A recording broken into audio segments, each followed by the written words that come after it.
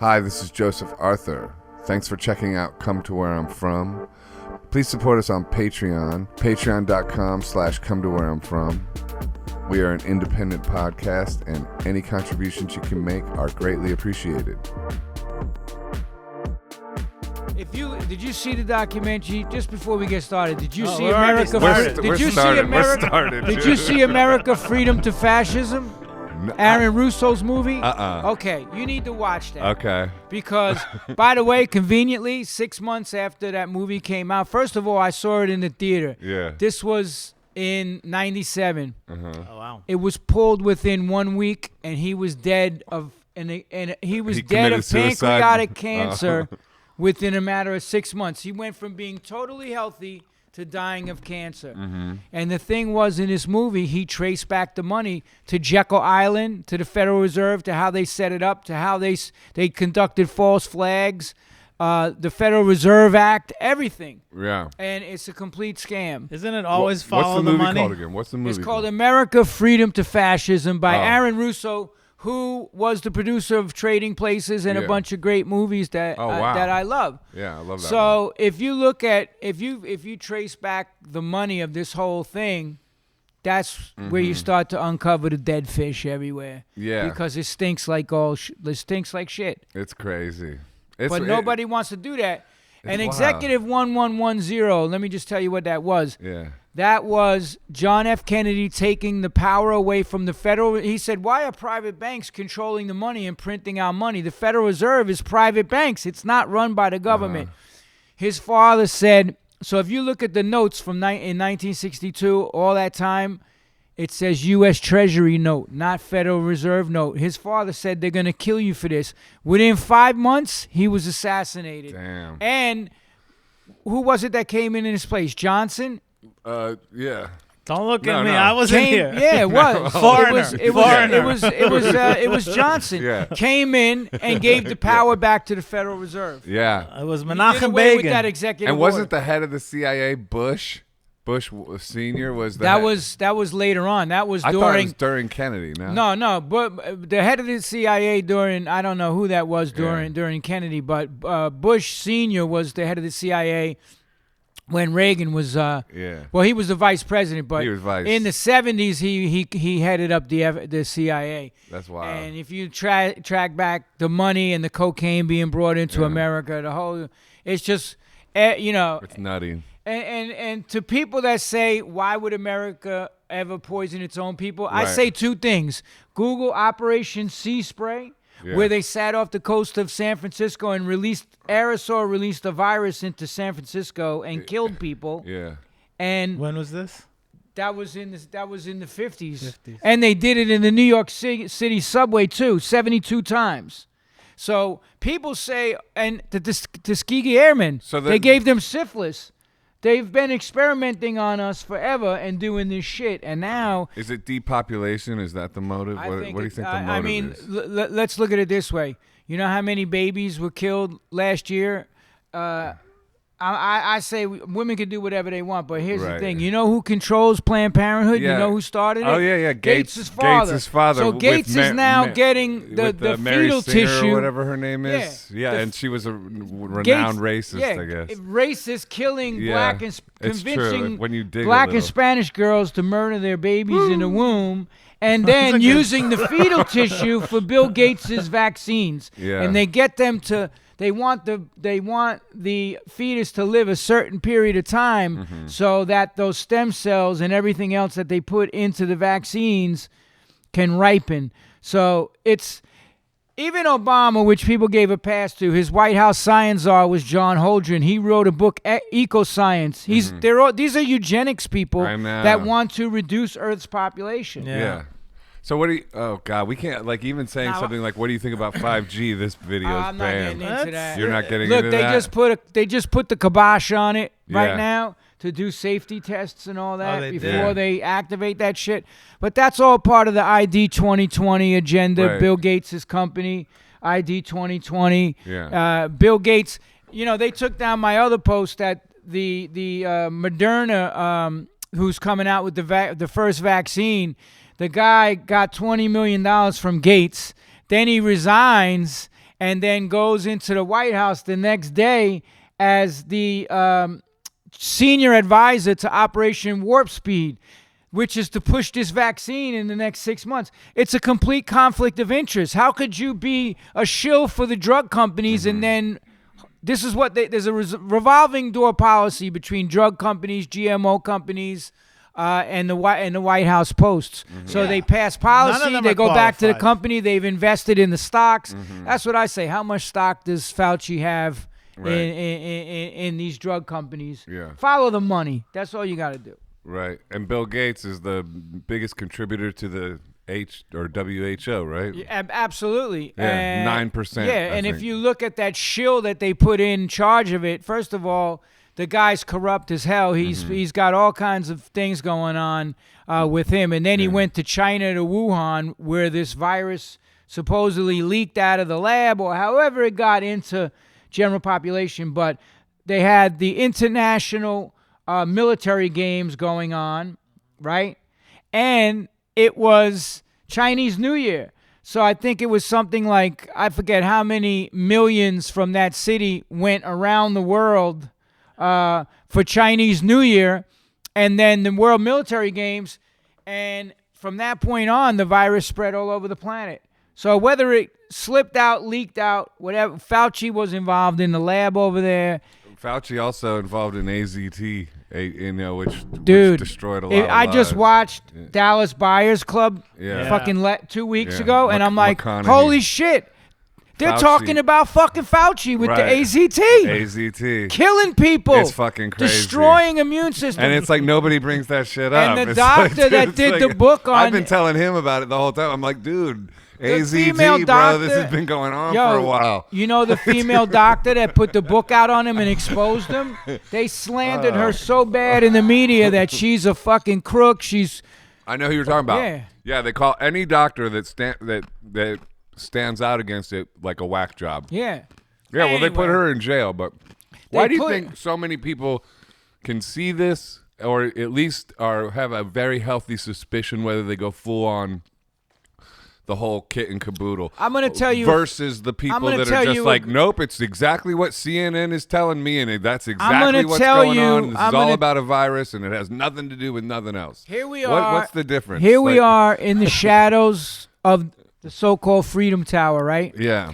Now, I'm going to tell you something, okay? And this is it. First of all, when them towers fell, I got friends in the fire department and police department. They were in those buildings, and they got out. They said explosives went off in them buildings, 100%. Yeah. So let me just say this. I'm going to tell you a famous story. My spiritual teacher, Prabhupada, right? Because the other huge hoax they conducted on the American people was that we went to the moon. That's a crock of shit. Bro, we never went to the motherfucking moon. You're speaking to the converted. Get the fuck out of here. Just look at the fucking ship they say went to the moon. And my question is... It's a joke. And you know what? This is his dream podcast. Listen, do you know when I say to people, how come you complete me. How come... Listen, I'm going to finish this story. And we're like then we're gonna 10 minutes in and he's covered it all. Listen, okay. When you say to people, how come we never went back? You know what they tell me? I know, dude. Yo, been there, done that. We moved on. Oh, we don't really need to. I know. What are we gonna do? The fuck out of here, you mama Luke. And let me just say this. I mean, look at the footage. Dude, it's crazy. Isn't the footage multicam or something? Dude, the footage is insane. And, if you look at it, there's no way you can way believe that it's real. Here's the other thing. It looks like a bad Star Trek episode. Here's the other thing. They controlled the rover from planet Earth. Get the fuck. So listen. That's funny, so dude. Prabhupada, he said this when they asked him about the moon landing. Oh my God. Let me tell you what they do. And here's the perfect analogy. Prabhupada said there was a farmer, and there was This is your spiritual my teacher. He said there was a farmer, and he heard someone out in the field in the middle of the night, and he opened up the window. And the farmer yells, "Who's there?" And the thief yelled back, "I'm not stealing anything." See, so it's suggestive placement of thought. And on that note, I'm going to tell you this right now. When 9/11 happened, the next day, what did Bush come on TV and say? Do you remember? Osama bin Laden. And right away. Don't believe these wild conspiracy theories. Oh, he said it right away? That are out there. Wow. Okay? Now, let me tell you something else. And they were already out there, I guess. I mean, let me tell you something else. They had all the passports. Because passports don't burn in jet fuel. Yeah. And I'm going to tell you one other thing. I mean, Building 7, if you just look at that, dude, it's like how, and a plane went into the Pentagon. It's the first documentary that came out was a French film, and it was called Find the Boeing. See, I love Jesse Ventura. He went in there and called them the fuck out. He said it's very convenient. $2.3 trillion was missing, and that's where your plane went into the Pentagon the next day. How does a plane go into the Pentagon? Where all the financial records were kept. Now, I'm just going to say this one last thing, and let's get started. And that's this. When this pandemic first hit, do you know what the Secretary of State said on the news? No.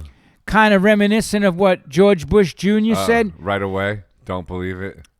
You have to be very careful where you get your information from right now. Yeah. There's a lot of false information and conspiracies out there about where this pandemic came from and the United States was involved and how we're trying to push vaccines on people.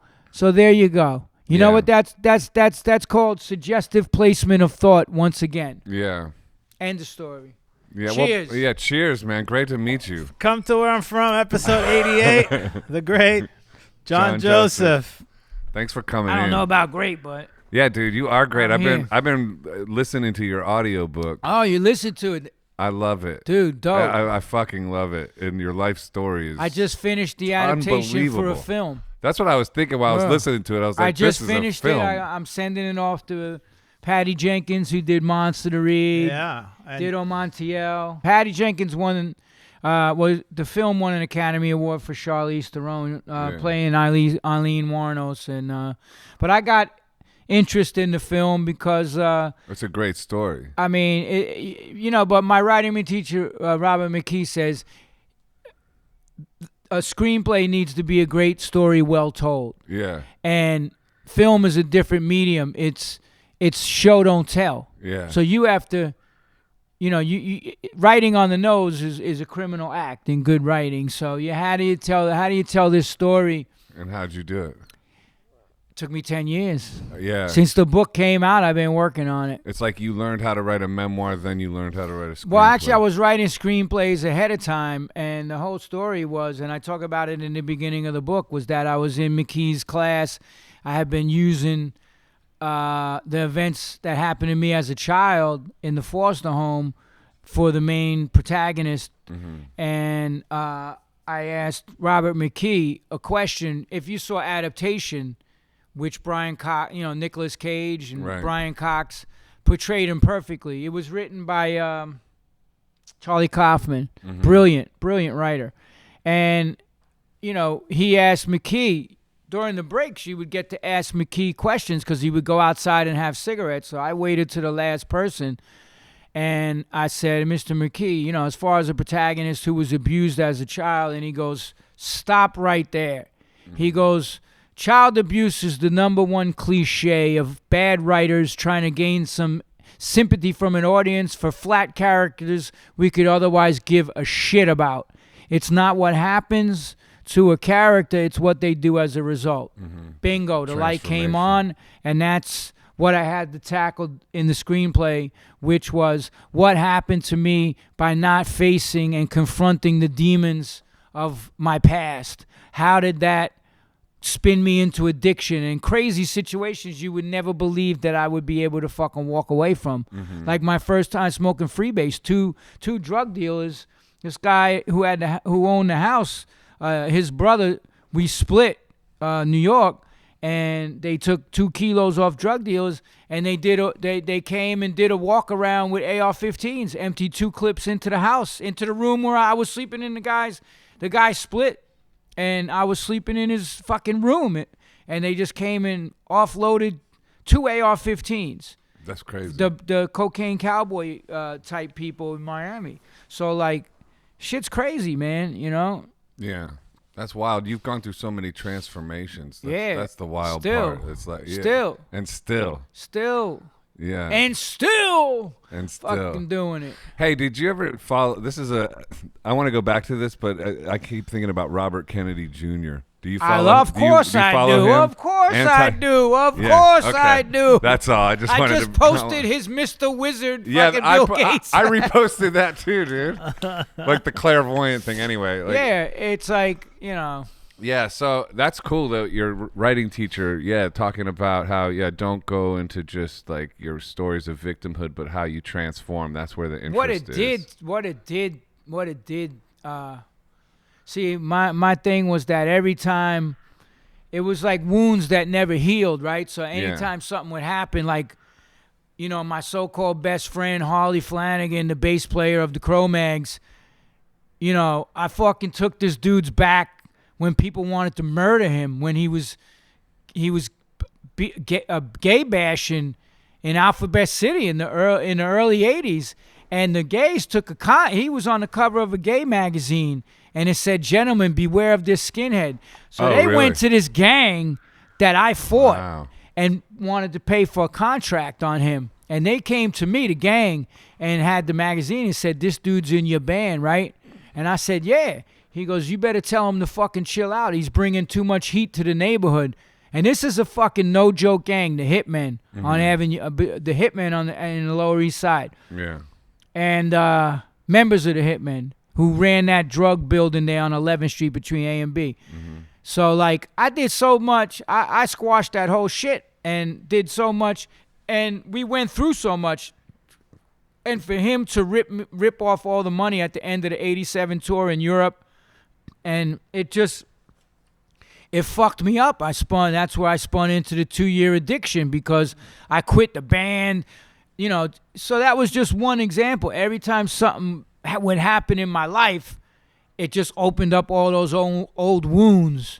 And I practice, the 4 agreements. Yeah, don't take anything personal. Which is don't take anything personal. I did the 4 disagreements, and I took everything personal. Yeah, of course. When somebody did something to me, I was out for fucking blood. Well, it's like when you get abused as a kid, then you have these enormous pain bodies, like Eckhart Tolle talks about, and so you're looking for their expression. So mine came out through violence. Triggers. Mine came out through violence. And violence against myself with drugs and alcohol, and that's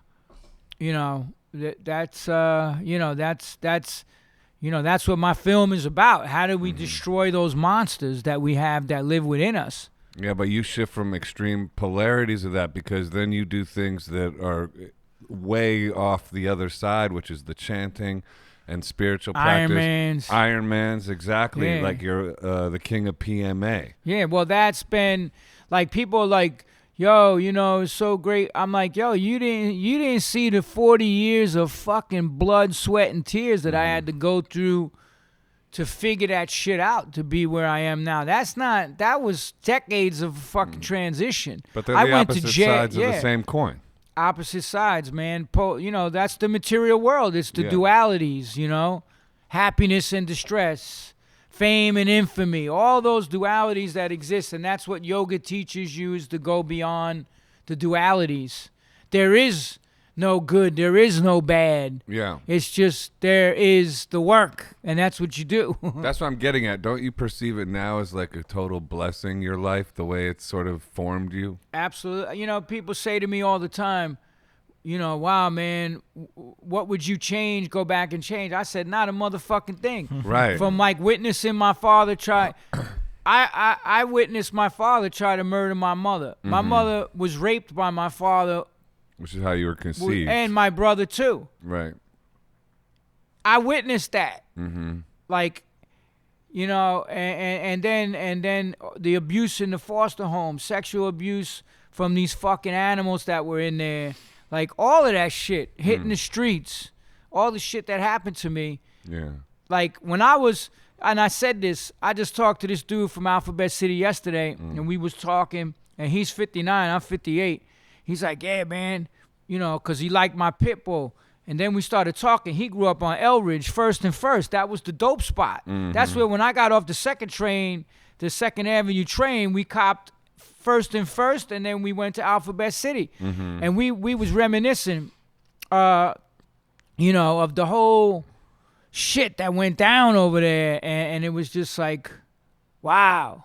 Like, you know, the craziness of that whole situation was nuts. The neighborhood at that time. Yeah, the neighborhood, Alphabet City. Like I said, if you go to A, you were adventurous, B, you were bold, C, you were crazy, D, you were dead, E, you're in the East River. Yeah. You know, but, you know. Yeah, there's a part of your book, too, where you talk about the reason we got born into this plane of existence where all this crazy shit happens. Because you want to ask God, like, what the fuck? But you said something about you were told it's because we were envious of God that we got born here out of envy. Well, or something like that, right? We were, at one point, according to the philosophy of the Vedas, we were all in the spiritual world. We're not these bodies. You know, Aham Brahmasmi means I'm spirit. Right. So that's what everybody says. Well, how did we come to the material world? And Prabhupada explained it that we wanted to enjoy like Krishna. And Krishna said, you don't want to go to this place, but we wanted to go. We wanted to enjoy, you know. And you know, my point was that, with that other point I was making, was that I told them, like, I wouldn't trade a single minute of anything that I ever been through in my life because, you know, character is developed out of that. You know, like. Those things had to happen for me to go through that's why my book's called The Evolution of a Cro-Magnon. Yeah. You know, that was part of the evolution. But yeah, you know, like my spiritual practice is a big part of what I do. I chant every day. I read philosophy every day.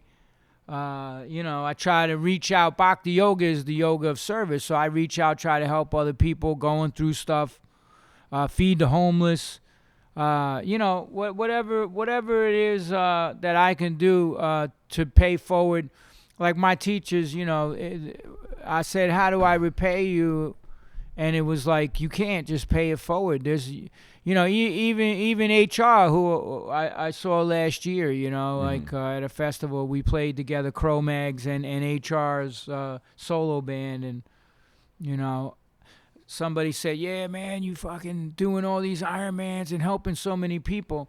And HR was sitting in the car with his wife, right? And I pointed to HR.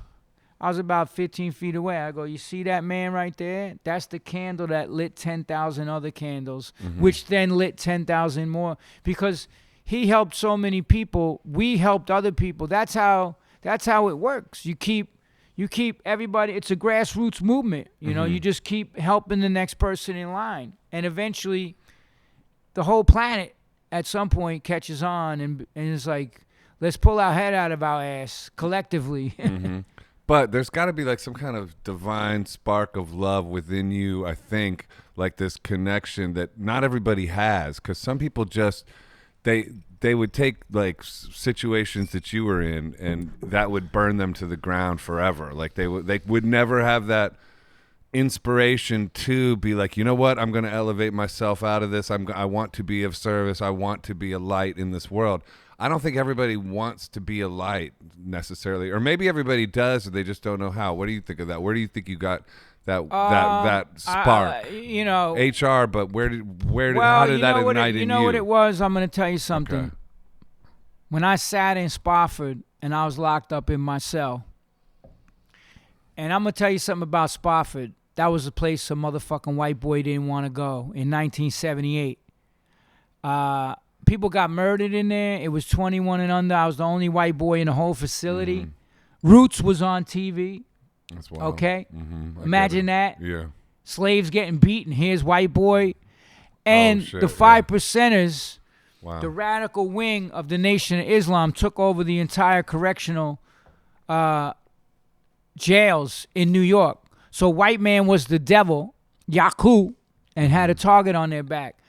So when you're out in general population during the day, everybody has their game face on, their tough guy act. But when I got put in that cell at night by myself and they slammed that fucking door shut, I cried my motherfucking eyes out and asked God, why the fuck are you doing this to me? Because I was looking at a long prison sentence. How long? For selling. I was hearing 4 to 6, whatever. I ended up doing 2 years for trafficking weed first, selling to undercover, then breaking into the roof of a supermarket. And then the last charge was angel dust possession with intent to sell. So that's a felony. That's a B-class felony drug. Mm-hmm. But the point I'm making is that I did a lot of praying and self-discovery being locked up. It was the best thing that really happened to me. And then things went south in the military because I got out of lockup after 2 years and I caught another drug case in Rockaway. So they were saying, all right, this time you're going up north or you're going to join the military. So I took the military. They gave you the option? Yeah.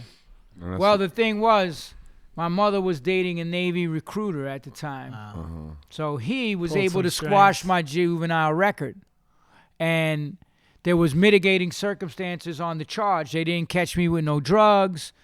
I stashed the drugs. I threw them when the cops chased me. So I didn't sell to an undercover. Was they it witnessed angel me. dust again? No, it was dope, heroin. They witnessed me make a sale, but they didn't catch me. So I got locked up. But the thing was, I just got out, so it didn't look good.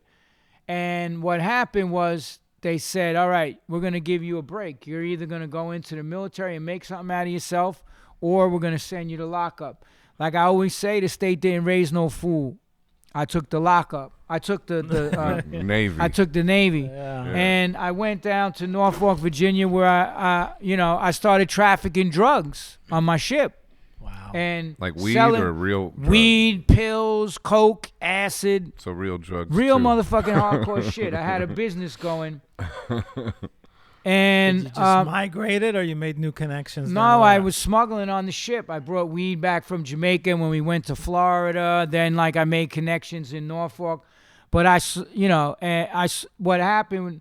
I met the Bad Brains at the Taj Mahal in 1980. What's the Taj Mahal? Like a club? That was a punk rock club Where was that? in Norfolk, Virginia. Oh, okay. So yeah, you only had 2 clubs in Norfolk that had punk bands playing. Yeah. One was the Taj Mahal, and the other was the King's Head Inn. How big is the Taj Mahal? Small. Like 100 Small. people? It was an upstairs club. Uh-huh. No, it held about 250, 300 packed. Okay. So the first bands that came down there was the Teen Idols and the Untouchables, which was Ian MacKaye, Henry Rollins' whole crew.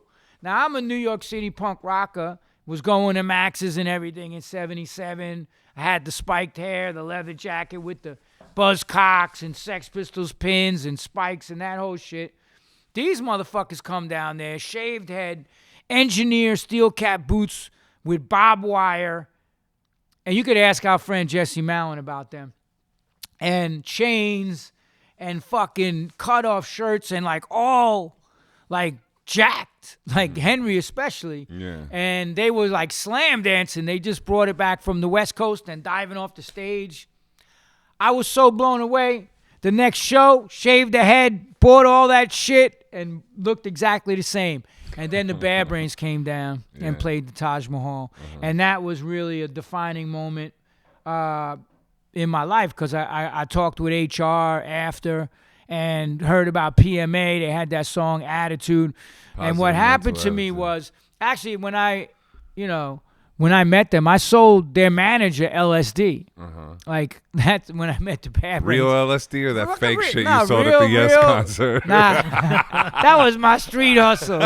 But it was a good one. Robitussin. That's my next movie. Robitussin LSD. That's my next flick. That first year I spent on the streets in 77. But no, I sold them real acid, man. Yeah. What happened was I sold, somebody set me up in Norfolk to somebody to buy pills. And he was an undercover cop. And I caught a case. So as I'm waiting for civilian case to hit, the ship sent me the captain's mast. I was restricted to the ship. They took all my pay. So I'm working for free. I had to muster with the master at arms, the ship's police, every hour on the fantail, and just fucking with me nonstop. I was facing going to fucking Leavenworth if I got caught, and I probably would have done civilian time and then Leavenworth. Not to judge, but that period of your time, you were asking for trouble time and time, Man, like not I learning. did just shit like in Norfolk. Undercover after undercover. Listen, Right, you were manifesting some wild shit.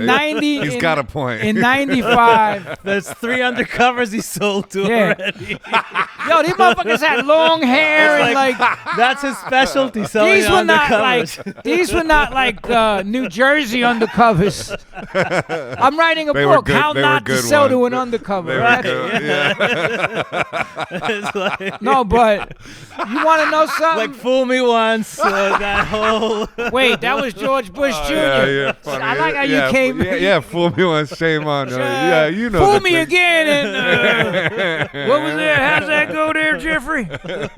No, but I'm gonna tell you something right now. So no judgment. in '95, Harley ratted me out to the government, and I got away, but I had to turn myself in. So when they processed me out of the military and we hired a lawyer, it was in Spin magazine and everything. Really? And then like the scene did a benefit for me to pay for my lawyer.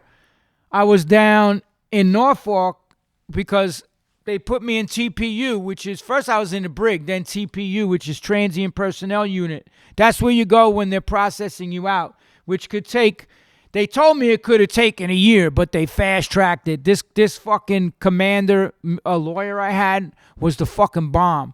So he got me out. Once I got out of the brig, it took him 8 weeks to get me the fuck out of the military. So I was hanging out in Norfolk with some of the punks. And that's They're HR. like, yo. No, HR was gone by that time. This is 95. They're like, yo, telling me all the shit that I did. Remember that time you hung such and such off the 10-story balcony by his ankles? I was like, I never did that. They're like, yeah, you did, man. Like, it was such, like, I was a garbage pail for drugs. Yeah, you're Right. out of your Like, mind. every fucking drug except heroin. Because when I tried heroin in the mid 70s, I got sick and I didn't like it. But everything else, I did everything. Yeah. Quaaludes, Tuinals, Speed. Placidyls, speed, coke, weed, drinking, fucking you name it. So the thing was, I did so many things, I don't even remember what the fuck I did when I was in the military. That's how fucking crazy and off center I was. Right. Like, I didn't give a fuck. So what happened when I caught that case, they restricted me to the ship, and the ship got underway. And we were going for Shellback, which is you cross the equator. We were going down to Argentina. So we went Bermuda, Bahamas, Roosevelt Roads.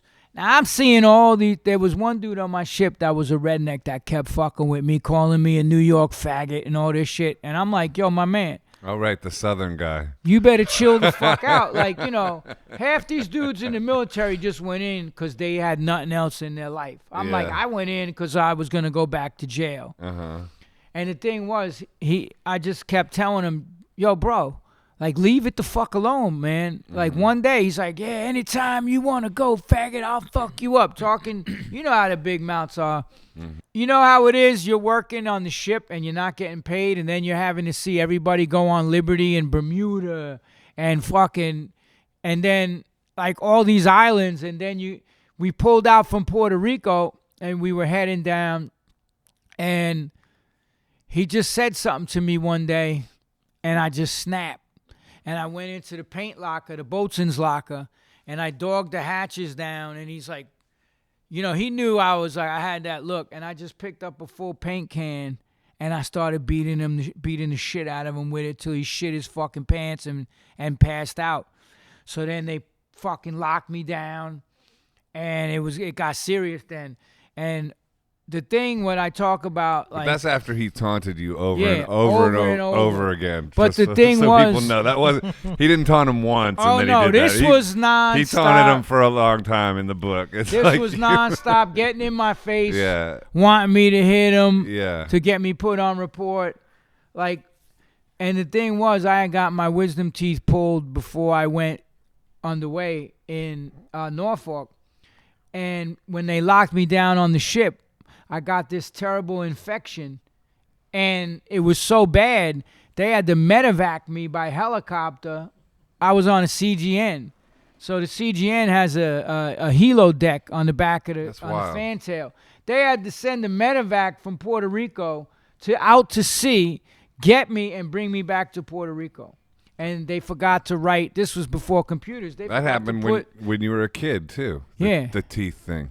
Yeah, well, I No. had an abscess With your- at the Valen. at the I won't Val- say at- yeah, them motherfucking scumbags. At their house. Yeah, I was in Yeah. so much pain, and they just made me for almost, I think it was like a week. And then I had such a high fever, and they sent me to school, and my whole face was like this. They wouldn't take me to the dentist. And then this is what scumbags that those foster family was. They got paid, they got free dental and everything. They didn't want to be inconvenienced to take me to a dentist. Isn't that weird though? How we like repeat like these things Yeah. repeat in life and they echo later, and those Yeah. traumas play out in the same Yeah. areas. I find that fascinating. Yeah. Well, the thing was with me, with that, when that happened, and then they sent me back to Norfolk, that's when I went AWOL. And I was AWOL from 80 to 95. I had the second longest AWOL in U.S. Norfolk Naval Base history. Really? Yep. Wow. And that was, and I didn't turn, everything happens for a reason. It was a blessing in disguise, but to have somebody who claims to be from the streets, Harley Flanagan, go to the cops for no reason at all to snitch me Who's out. Harley Flanagan? He was the bass player for the Cro-Mags. Oh, right. And But, like, he why started- why did he snitch you out? Because what happened was Steve Apria, this guy, worked for Howard Stern on the radio show when Howard was first starting. Okay. And he was like, you guys, I went up and hung out with him and met Howard and all that shit. And he's like, you guys should fucking put the band back together. I let him talk me into it. Uh-huh. So I went on this tour, and I was supposed to get paid all this money in 91, and that dude Harley colluded with the fucking booking agent to steal all the money. He stole $40,000 almost. Right. Like all the money from the tour, and said the tour lost money. And then I was already quit my business, so I had nothing, and we had gotten a record deal because I came back to the band with Century Media. Then he emptied out the band's bank account. And why would he do that though? Like, Because it's like he's gonna cut it off right because there. he doesn't give a fuck. He destroys his own. He's one of these people that just get in his own way Right. and thinks he's all that and a bag of fucking peanuts and fuck everybody else. So the thing was, like, he had signed me as an individual artist, so he went off and took all that money and was shooting dope all over California. Wait, Harley signed you? Harley had the deal with Century Media. I didn't know it. Oh. So he signed me as an individual artist, not just with the Cro-Mags. So I called up Century Media because I had another record deal coming for this other band. And I said, yo, I need a release from you guys, to do this other band. And they were like, we're not releasing you. We sunk $200,000. Like, finish these tracks and give us a tour as Cro-Mags and let us recoup our money and we'll release you.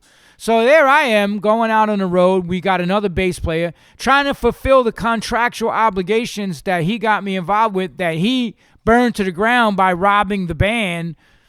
And he fucking's calling me up when I come off tour. If you don't stop playing as the Cro-Mags, I'm going to rat you out for everything you ever did. You're never going to see the fucking light of day. And I was like, you'd be Damn, making a huge mistake. Well, guess what? On March 17th, 1995, he played a show with Murphy's Law at Brownie's, that used to be a pimp gambling club next to 171A. Dude. He's on stage playing the fucking drums with Murphy's Law for a song and giving me this look. And I'm like, the next day the cops came and broke my fucking door down. And I wasn't there. I was on a construction job. I had my own business. And my brother's like, 911. I beep. He's like, yo, the fucking them dudes ratted you out. Like the cops just came and said, do you know? I was like, what? So I get another page, 212 something another. This was the beeper period, 95. Yeah, I figured. I called back. They're like, he's like, what did he say? Detective Negron. I remember the motherfucker's name. I said, yeah, you paged me? He goes, yeah, is this John J. McGowan? I was like, motherfucker. And he goes, do you know a Harley Flanagan and Paris Mitchell Mayhew? I say, yeah, I know those bitches. He goes, but they press charges against you. You got to come in and let's discuss it. Damn. I said, yo, no offense to you. I know you ran my shit. That's why they pressed the charges to turn me in for being AWOL. I got a federal warrant. I'm going to go deal with that, and then I'll be back to face this bullshit. He's like, no, don't hang. Click. Went to D.C., and then that's how the whole scene went on from there. They did the benefit, got me the lawyer, whatever. My whole point is, if you claim, he put this other dude, Scotty Banks, in prison. He fucking, ratted him out on a fucking false murder charge. He testified and all this shit and signed. You don't say you're from the streets. You know what I'm saying? Or Mert, the whole, my friend's merch company. You don't, if you claim and you're writing songs and playing in a band about street justice and survival of the streets, and then you're running to the cops, putting people in jail. How's he living that down? Because he lies. He put out a book and just bullshitted about, he admitted all that shit. Didn't talk about robbing the band. And just made up all stories like what happened in Webster Hall, like when he came in there claiming that we invited him. You have a loud voice. I mean, man, listen, so it's like, here's the whole thing with social media. Right. You know what it does? What? You could tell the truth, and then if someone tells a lie, there's a certain percentage of people that are going to believe that lie just because it's written. Yeah. And everything that I say, truth resonates, though. Everything that I say could be backed up by every fucking buddy except him. Truth resonates. It does, man. It doesn't need. I got no reason to bullshit. It doesn't need to be backed up. You can tell when somebody's telling the truth if you're in touch with your gut. Yeah. He just sued us because he wanted to come back to the band. We said no. We gave him the name. We're like, go away. Yeah. Fucking dealing with lawyers and all this shit. That's good. He's God bless him, man. Let him live his fucking life in his fantasy world with his science fiction writing. Have you ever heard of Ho'oponopono? I love you, I'm sorry, please forgive me, thank you. That mantra of forgiveness and taking full responsibility for everything that enters your field of consciousness. Yeah. I've used it to heal trauma and situations, especially. That's tailor-made for it. When somebody fucks you over to that degree, you can apply that mantra to them and understand that for some reason you manifested that situation in your You're absolutely right. It fills you with total empowerment. And I'm working out my past karma too. I did course. grimy shit. It doesn't excuse him for what he did. We attract what we are. Let me just say this. In film, you create a controlling idea or theme and then anti-theme, the counter idea to that. Say that again. You control in film, right? When you're writing a film, you can't be didactic. You can't slant the argument. You create a controlling idea. Happiness, here's my controlling idea in my film. Happiness fulfills our lives when we forgive those who did us wrong. Yeah. Well, and you know what? You know what the counter idea is? What? Fuck people that do me wrong. Everything they get, they deserve. So the thing is, that's the shadow. You give just as much truth to the controlling ideas you do to the counter idea. And one of those... Oh, dude, you just gave me so much inspiration. One of those wins out at the end of the film. That's the writer's choice. I love but let this. Me just say, this is so inspiring. This is Robert McKee. If you guys don't have his book, get Story. Okay, it's a fucking philosophy lesson of life. I do have it. I'm gonna read it again. But let me tell you, I want to complete this point though. because the thing is, what you deal with positive and negatives in writing too. Every scene has to take a turn from positive to negative, negative to positive. A negative to negatively ironic, whatever it is, every scene has to turn, right? So you have a value of you have say one value of love and another of hate, But what's the double negative of that? What's the double negative? What's worse than hating someone?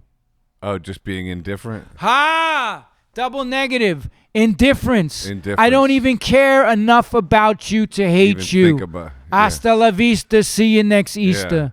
That's the way I roll now. I don't carry that fucking hatred. But that's where Ho'oponopono can take you to. Yeah. Like, takes you to that place of like where you don't. Ho'oponopono. Ho'oponopono. It's Hawaiian. It's Hawaiian. I love it. You spent time in Hawaii. Yeah, That's I was what down there doing the fucking pit there on Calico. Selling to undercover cops. And I didn't sell to no undercovers. All right, you made that joke already. I'm joking. It's the law of diminishing returns, brother. Yeah. The first ice cream cone tastes amazing. By the fifth, you're puking. Yeah. I just quote McKee all day long, so I look intelligent. Yeah. But if you guys want to take... I want to take that class anyone, you took. oh my God. Dude. Does he still teach it? Yes. I'm taking You go it. on Robert McKee's story seminars, or you look up story Robert McKee. I took the seminar. I walked out of there on the last night with fucking tears rolling down my fucking cheeks. That's how powerful and moving that fucking course is. Yeah. It just... I'm getting goosebumps right now. Yeah, well, your book is I mean, honestly, no smoke, dude. It's a great book. I'm loving it. I'm not all the way through it yet. That's all right. I'm not all the way through it, but I'm so into it. You know, when that book first came out, all those fake memoirs came out, A Million Little Pieces. Oh, yeah. And all these other books. This girl said she was a gangbanger and fucking white girl. So, like, Robert Havella from The Village Voice says, hey, I want to do a piece on your book, blah, blah, blah, blah, blah. I go to meet him at Kate's joint, and he takes the fucking book and slides it across the table, and he's like, dude, come on. I'm like, what? He's like, dude, there's no way that the stuff in this book that you did all this and you're still alive. I said, bro, let me tell you something. I did shit true to me, dude. worse than what's in that fucking book that I couldn't put in there. Yeah. Let me tell you something right now. I'll give you all the motherfucking numbers. Anybody you want to check this shit, my mom, my brothers, the state, go to fucking Bupers, the Freedom of Information Act, look at my military service, anything you want to do. He goes, really? Give me the numbers. I did. You know what they did? They called? They fucking gave me the fucking front cover of the Village Voice. Oh, that's cool. The Blood Clot Diaries with a microphone dripping in blood. And it said The Brutal Life and Times of John Joseph. They fact-checked everything. And the dude was like, yo, I called my mom. My mom didn't even know I wrote the book. What was her take on it? She came to the first fucking reading I did and cried. She lost her shit. She had to get taken out by my aunt. She didn't mind her portrayal? No, because it's the truth. My mom told me I was living the ending of the book. Mm-hmm. I didn't know how to end it. I'm like, how the fuck do you put a cap on this? Yeah. How do you build the climax? Because everything has to be invested in the climax. Whether you're telling a movie, you're writing a book, everything. There's the 5 points of story design. Inciting incident, progressive complications, crisis, climax, resolution. Mm-hmm. How do I end that story? I was living the fucking story. My brother slipping into addiction. The day before 9/11, I do an intervention. He had the detox at my fucking house. All the shit coming out, the abuse, everything. Imagine somebody detoxing in your fucking house on your couch because I couldn't get him to St. Thomas because all the flights were grounded, which pissed me off. And my mother, I got her an apartment because the dude she was living with at the time that she was married to was a gambler, ex-alcoholic, gambled away the house. She got divorced and had nothing. She was homeless, no furniture, no nothing. Her clothes. I got her an apartment. She calls me up. You know what she says to me? What? I got to tell you something. Don't be mad. I said, what? Now, I'm going through all this other shit at the same time with Frank and all this other stuff. She goes, I let Carl move in with me. That's the dude who didn't want us around when we was kids and made my mother not take us back. Mm-hmm. And all of that shit came from there. So I just lost my shit on her, and I said everything I needed to say. And that's when she was like, I was raped. I didn't know her story. And she also said, I failed you guys because I chose other people over you, and I wish I could take it back. Wow. But I can't. I wish I could take back every minute of suffering you had to do because of me, but I can't. And I have to live with that for the rest of my life. Wow. The conversation. That's beautiful. Let me tell you something. Fuck's This sake. is how my movie ends. It's that scene. And I'm going to tell you something right now, except it don't happen on the phone because that's not dramatic. Right. A phone conversation. We sat there, and I'm not bullshitting you. We sat there for 5 minutes sobbing. Right. Uncontrollably. God, not saying a word. Yeah. And then I've been close. Dude, I got goosebumps I've right been now. closer to my mother after that than I've ever been. Yeah. That's So, incredible. Yeah, That's the it's power heavy. of forgiveness. I had to forgive her. And I had to forgive Carl. Yeah. Carl was dying of cancer. Yeah. He came to my porch, and this was a big fucking Con Edison fucking worker with arms the size of my legs, down to 110 pounds, cancer, eating him away, crying on my fucking stoop, asking for me to forgive him. And I did. And I helped him transition. I went to the hospital. That's wild, and put man. Ganges water on him and did all these spiritual ceremonies when he slipped into the coma to help him transition to the next world. So, like, the forgiveness is there. Man. You know? That's the whole lesson I've learned is to forgive people. Mm-hmm. You know? I didn't understand what my mother was going through. She got raped twice. She didn't have no way to pay for any of our shit. And the family and everybody told her not even to have me and my brother. I wouldn't even be here. Yeah. They told her to get a fucking abortion. And she said to me, I couldn't do that. You were still my babies. Right. I was not married to your father. I was separated. But the fact of the matter is, I wasn't going to kill my child. And, like, I don't tell, I just say, look, that was my situation, and my mother allowed me to come into this world. And I've tried to, since I worked on myself, try to help as many people as possible at this point, you know? You're doing a great job with that. You know, a lot of people who come from abusive situations don't ever get the abusers in question or whatever, never ask for forgiveness. They never cop to anything they've ever done. I think a lot of people deal with that. So I think you're lucky in that regard that they've actually come through in some regard like that. Who? Your mom and Carl. Yeah, and stuff I like mean, that, they were responsible. Or maybe not to call them abusers, but just you know, people don't often come clean all the time. Yeah, it was a big thing for my mother, like, to say, to accept that responsibility. Right. I knew what that took. That takes a lot. Took a fucking lot, man. Yeah. Because, I mean, my mother tried to kill herself with pills, like, you know, just all kinds of stuff. We went home on a visit, and we were like, we made a pact not to tell her what was going on in the home because she couldn't handle it emotionally. Mm-hmm. So we had to hold all that in. So we wanted to come home so bad, we started leaking stuff out on a home visit that we had, and she had a nervous breakdown. Yeah, she flipped and out. tried to take all. We had to call our uncle to come and fucking. Like, imagine your little kids and your mother's trying to take a bunch of pills and screaming, she's ugly and I want to die, and, like, fucking having a meltdown in front of you, and you're a fucking kid going through this shit in a foster home. That shit fucked me up, man. And we didn't get to come home for a while after that. Like, you know, it reminds me, and this goes back to your, like, he's looking to sell to cops because he stole a fish tank for his mom. And then went back to the same fucking pet store to buy fish the next day after he. So you might be onto something. Because think of that, dude. Like, you go to a different pet store to buy the fish at least. and the only one in New York. So my brothers went in. Yo, we were the 3 biggest fucking hustlers you could ever imagine. And it was Like I always say, hustlers are not born. They're fucking created out of necessity. Yeah, you love the hustle. Dude, we was hustling like a motherfucker, bro. And we were trying to buy her love, man. Yeah. Like that fucking Christ head necklace, she has that to this day. I put a picture of it in the book. The one we were stealing money from the Foster family, $5, $5.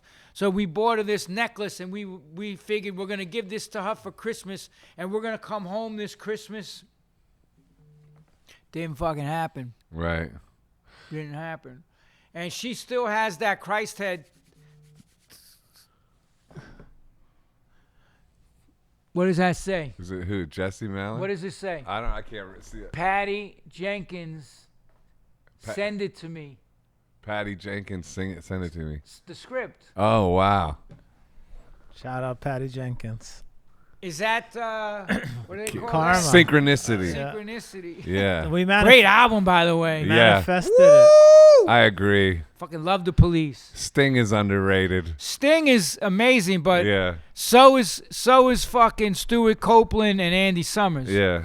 My boy Googie from the Misfits saw them when they played at CBGB's. I think it was 79. 70-something, yeah. And nobody could touch him. Nobody knew who the fuck they were, really. They just Yeah. came out and went off. He's like, Sting was all over the fucking stage with the bass. Yeah.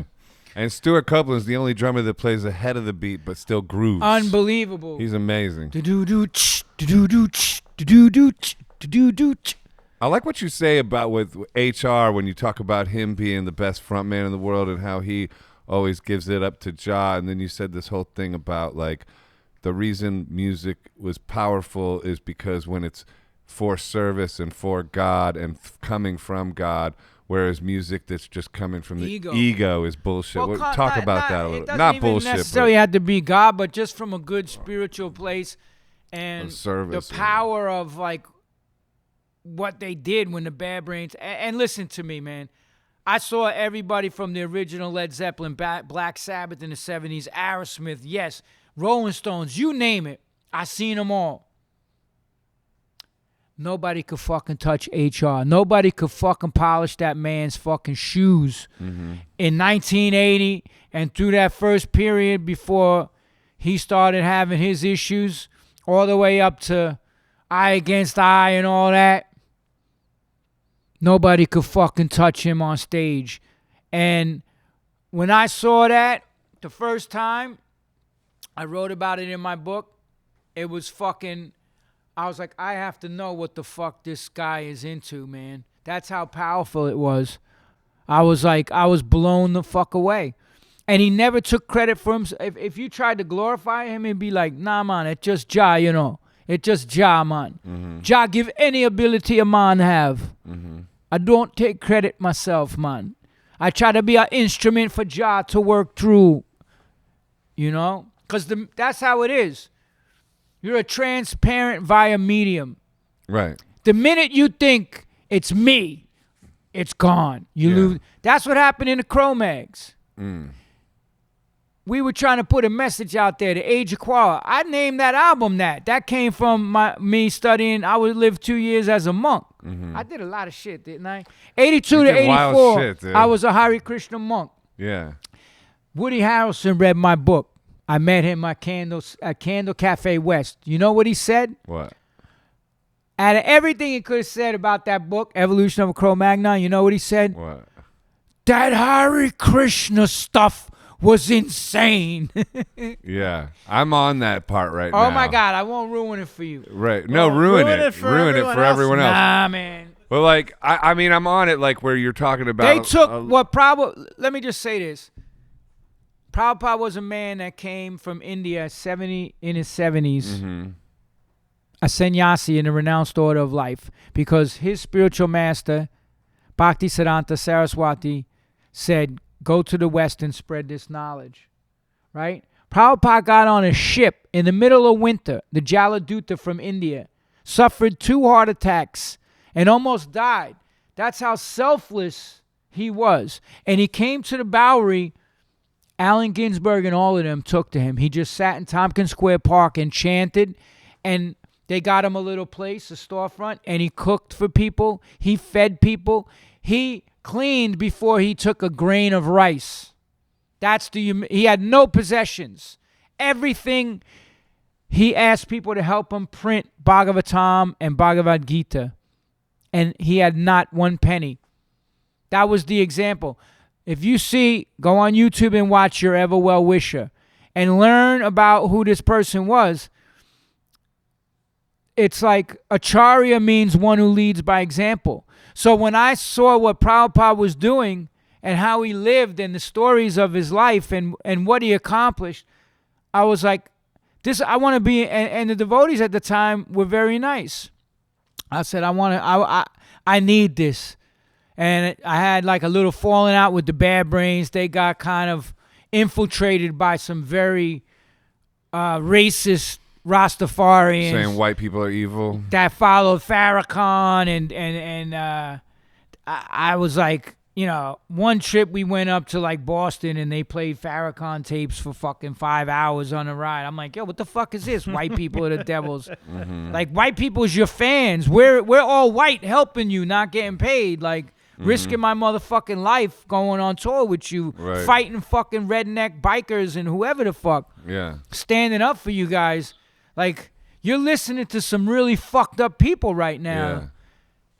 That's when that whole, we're not going to play any more punk rock music, we're going to just be a reggae band. I'm like, you ain't going to have fucking 20 people in the club if you do that. Right. I decided.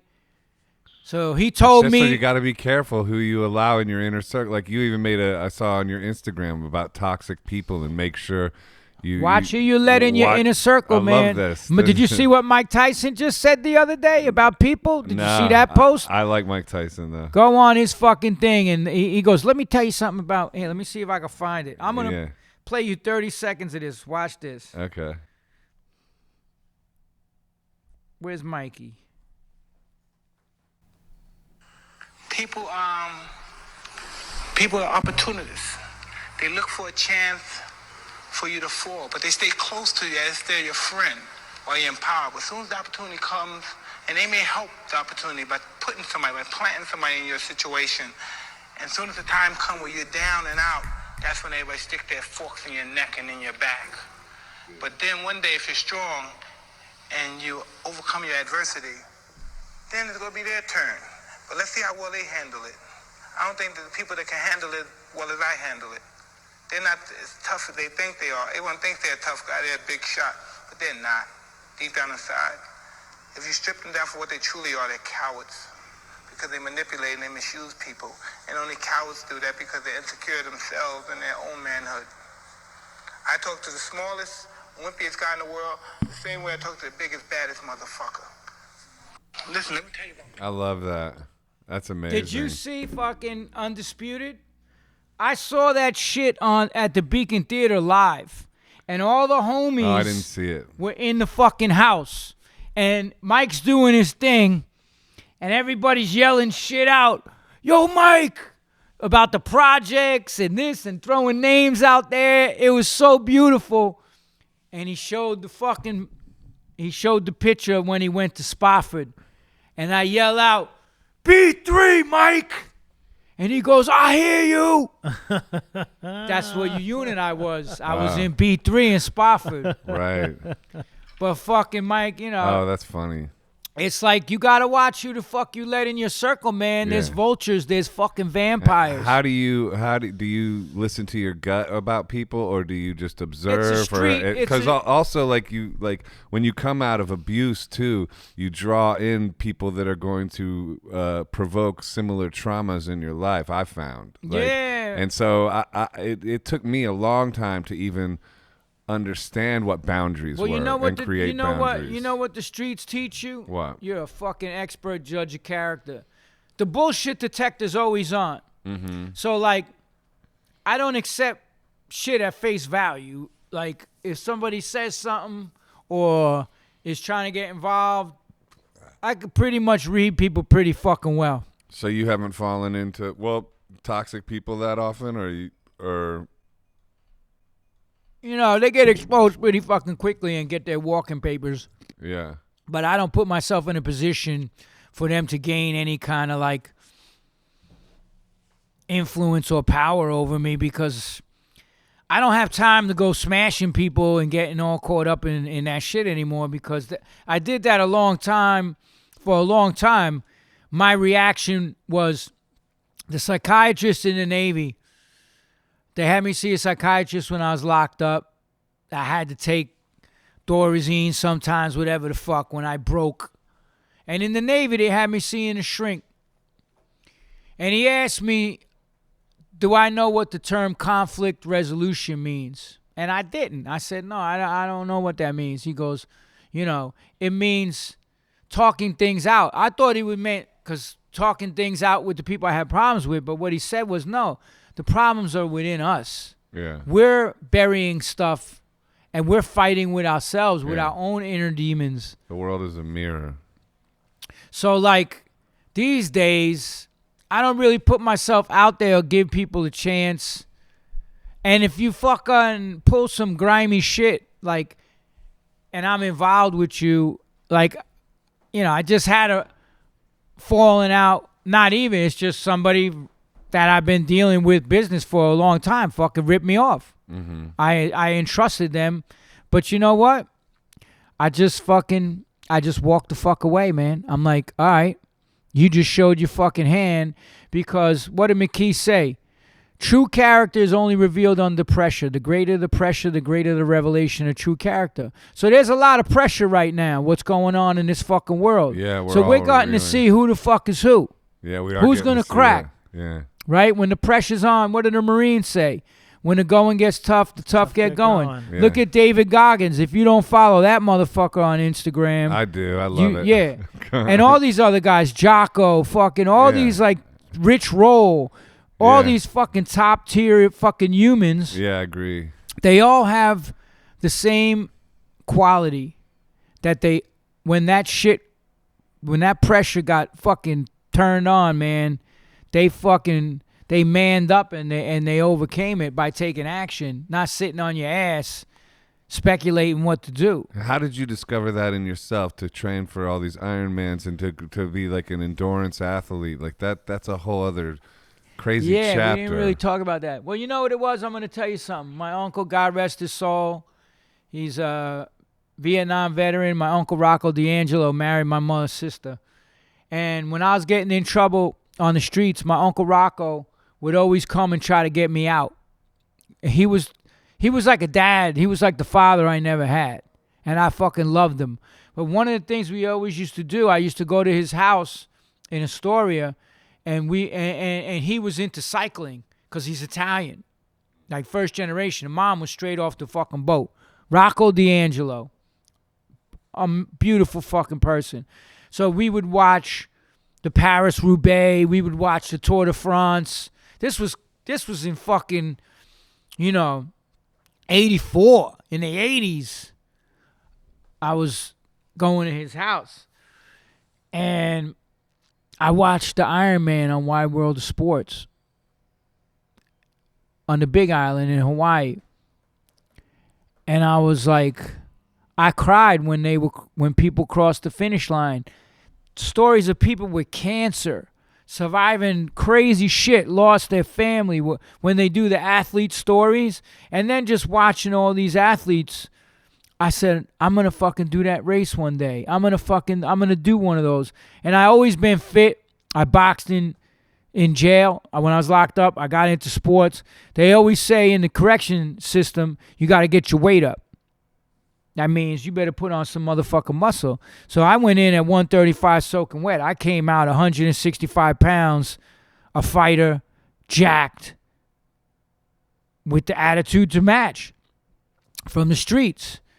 And I was always into fitness. So the thing was, when I went AWOL, I couldn't use my Social Security number, right? So what's the job that you could get back then in 1981 where you did? Besides the health food store, I ended up becoming a bike messenger because they give you a check cashing card with any motherfucking name on it you want. You go to their bank and they cash the check. No taxes, no nothing. So I'm riding a girl's 10-speed just trying to make money. And these guys that worked at the company, one of which was Nelson Vales. Nelson Vales was a bike messenger in New York City, African-American, fucking legs the size of trees, made it to the Olympic team in 84 and won a silver medal for track. So all these guys were like, yo, if you get a real bike, you'd be making money. So I got a real bike. Then they were like, you should come to the park with us at 7 o'clock and do the crit ride. 4 laps, all out, 20, 25 miles an hour. A pack of 40 motherfuckers riding. So, and I was always into fitness. You know, I took some martial arts and played ball. And, you know, the Valentis, that was how I evened the playing field in life. I would smash motherfuckers on the football field or whatever the fuck it took. You know that story about the basketball coach, man. Mr. P. Dude, Mr. P. Mr. P. That's the I most fucking that's still the most cry. emotional part of that I book. still dude, cry is when I Mr. think P. of what that motherfucker did Dude, for me, man. That part hit. Yeah. I didn't. So Yeah. please share. Yeah. It was, you know, It's it was he wasn't getting any breaks in life, and this guy showed showed kindness. first time. Yeah. That's so moving, like in a story for something. Like I was like noticing that, like wow, the emotional weight of somebody showing empathy and kindness, like the power of like love to move you. Like everybody knew we were labeled the orphans, and everybody fucked with us in the neighborhood, but nobody knew the depth of it because we kept secrets. Well, you told somebody, and then you got betrayed. Yeah, early on. That's what happened. But I didn't get into the sexual abuse and shit like that. I just said they were fucking physically abusing me. Mm-hmm. The foster father used to beat the shit out of us. You know? And, but yeah, and then I made the basketball team. I had to sneak around. And it was everything to me. Like somebody accepted me. I was able to, holy shit. Like nobody's judging me. I'm the starting point guard I was gonna be. You were in a family. Yeah, and I didn't have a family really. Yeah. And then that's why I got into hardcore punk. It was the same shit. And also with the Hare Krishna. When you don't have a family, and the you Navy create in a way too. You create your tribe. Yeah, you did that along the way a lot of times. Navy, I never clicked with. I didn't fit in. I was a fucking. Well, that's a I was dysfunctional family. round peg in a square hole. I clicked with the punks. Yeah. The hardcore people in D.C. More than even Norfolk. They were chumps to me because nobody would fight the rednecks, and I put a chair over a motherfucker's head in the Taj Mahal and fought a bunch of rednecks that came in there. So it was like, but Mr. P, man, showed me kindness. I had like every day they would put up the cut list, and I kept making it through. And then I made the team, and then the final cut list went up, and I was on it. Like if your name wasn't up on the list, rather, you were cut. Mm-hmm. And my name, I went, and I'm like, my name wasn't there. And I ran into his office. I said, why did I get cut? And he goes, you were supposed to have the money for the uniforms. Mm. And that's when I lost my shit. I broke down crying and told him everything, what was going on. And he paid for my uniforms and made me the co-captain, the whole shit. And then the foster father found out that I was on the team. It was crazy. You can't make this shit up because they put out fucking lunches in bread bags, right? Rotten bread bags, Wonder Bread bags. So every day we would go by this sewer up the street, and we would throw the lunches down there because the kid snatched it one time in the lunchroom and made fun of me. And I was like, my brother E, who's the fucking head scammer, was like, we're going to throw these so we would throw the lunches every day down this fucking sewer, the Wonder Bread bags. Every fucking day. And then we would eat the kids' lunches in school or beg money or whatever the fuck, go in the supermarket, eat up and down the aisles until we were full. We started stealing money. So the first big game we had, it was fucking pouring rain out. And we won. I scored like I don't know how many points. They were like, and then the cheerleaders would be like 7-11, 64. Who do you think we're rooting for? John, go. Like fucking every time you scored a bass, like I was like, holy shit. I'm like, these people fucking love me, man. Like I started first game. I think we played Wine Dance or Copeg, one of them. And when the bus pulled into John F. Kennedy Junior High School, everybody got ready to get off, and the foster father was standing there. And he fucking grabs me by the hair. Mr. P had words with him, and he drives me and doesn't say shit. And he pulls up to that lot. And in that lot, there was bulldozers. They started bulldozing the lot. And the dirt washed into the sewer and backed it up. And in the trees and all over the lot were thousands of Wonder Bread bags everywhere. And my brothers were in there picking them up. And, you know, it could beat the shit out of me. And was like, we give you good food and this is how... Like, these people were so psychotic. Wow. They fed us Oreo spit sandwiches. Like she didn't like, his wife didn't like the filling, so she would scrape it off, spit it in a bowl, and wipe it on green molded and stale bread, and on stale Wonder Bread, and feed it to us with tea. Or if we were lucky, we got Cheerios and tea. And rotten, like, if I even see olive loaf, I throw up. They would give us the rotten cold cuts that were in the back of their refrigerator that... They would cut the green molded parts off, and like it was insane what these people did, and they were getting all this money for us and fucking abusing the fuck out of us. And then the older foster kids were doing shit to me and my brothers. So it was like it was hell. It was hell. 6 years, man, of fucking hell, and having to keep my mouth shut. But I told Mr. P, man, and he like, you know.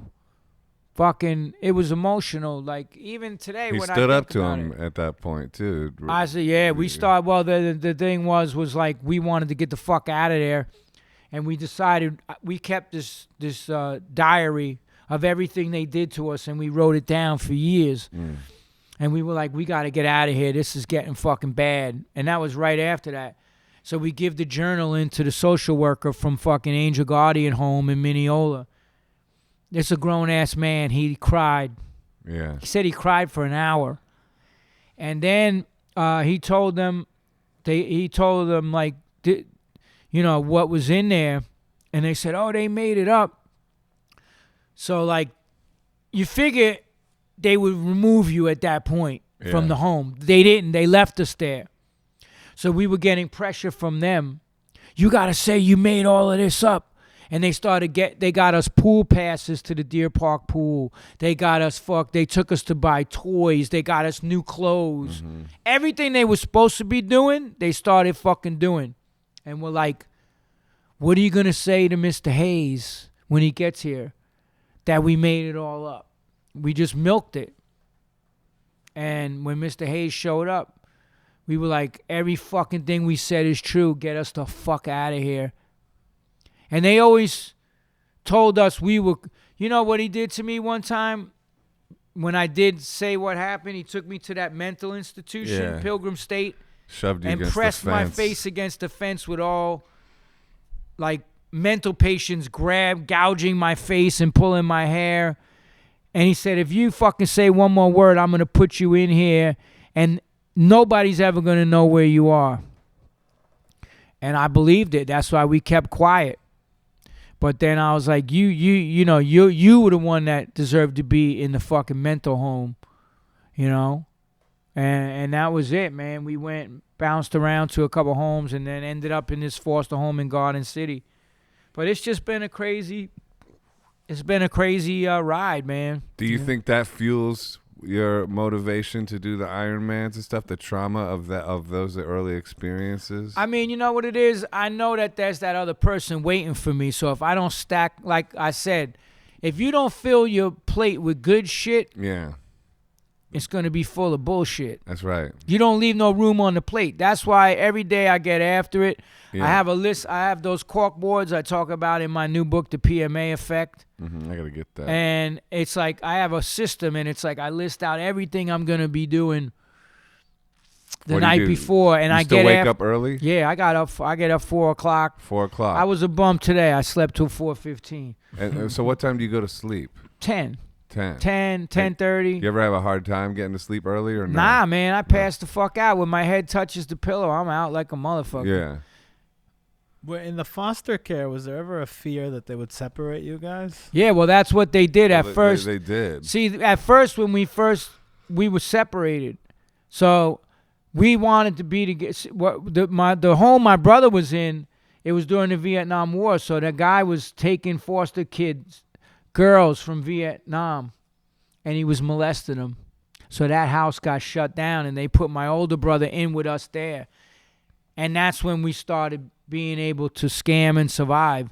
And the main thing we had to do was stay together. No matter what, we had to stay together. Because we said, why don't we tell what's happening and get out of here? And the reasoning was They'll they'll us. separate us, and Right. then we'll be separated again. And I may never see you again. Right. And I believed he could put me in a fucking institution. Why not? They had complete control and manipulation. And people say, why don't kids say something? Yeah. Because they threaten the fucking shit out of you and beat your ass, and you believe in what they're telling you they're going to fucking do. And their Stockholm syndrome is a real thing. I mean, you know. I still called them mom and would say, I Exactly. love you. Yeah. Well, and you need And like, the even, illusion I'm going to of tell you love. something else. Even after they got us out of the home and we went to these different homes, they fucking reached out. And I was like, yeah, I want to come back there.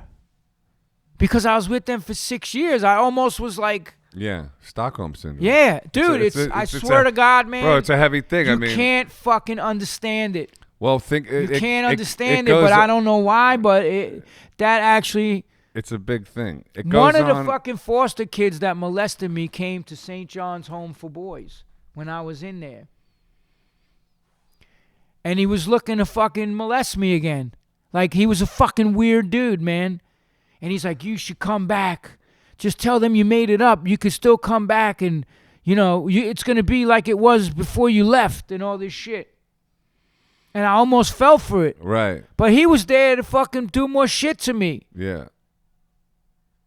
I was fucking 13, There's 76. There's evil in the world. There's evil. There's evil And motherfuckers in the and world. envy. Envy is the source of the evil. It's like, and there's Envy's the root of all evil. And It ain't fucking yeah, money. Yeah, you said that in your book, and I like that. Because an envious motherfucker will go to the ends of the earth and destroy themselves to destroy you if they're envious of you. And the biggest thing people are envious of is happiness and sort of the vibe of like a good P.M.A. or a good vibe of life. And so people try to shit on that. I'm like, we might be dealing with that on some kind of level with this whole pandemic too. Is like I was wondering about, like, is this just like a lot of this is based on people like mad at other people having a good time?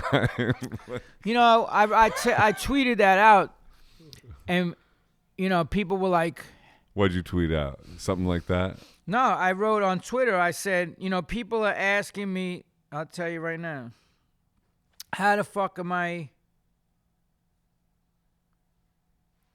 I'll tell you what it is. Hold on. That's my brother's killing. Someone asked me, how is it I'm smiling in a good mood when I'm in New York City? Well, I say hello to everyone on the street, tell them to have a nice day. I practice kindness, feeding the needy. I meditate, exercise, and eat right. But most importantly, I don't watch the news at all. Yeah. 1,132 likes. Yeah. There you go. So, like, it's about practicing kindness. And, you know, there's this whole bullshit macho attitude that, like, if I show kindness, I show weakness. Yeah. That's bullshit. That is Some of the bullshit. toughest motherfuckers I know on the planet. My boy's like an elite fucking Navy SEAL. He's the kindest fucking person and most respectful, humble human being you will ever fucking meet. Mm-hmm. And he fought for the world championship of Muay Thai under Phil Nurse. He was in the movie Act of Valor, the guy from Trinidad, the Muay Thai fighter. Dude, he gave you the fucking shirt off his back. He never has a bad word. If you talk bad about somebody, he'll walk the fuck away. Yeah, because he's smart.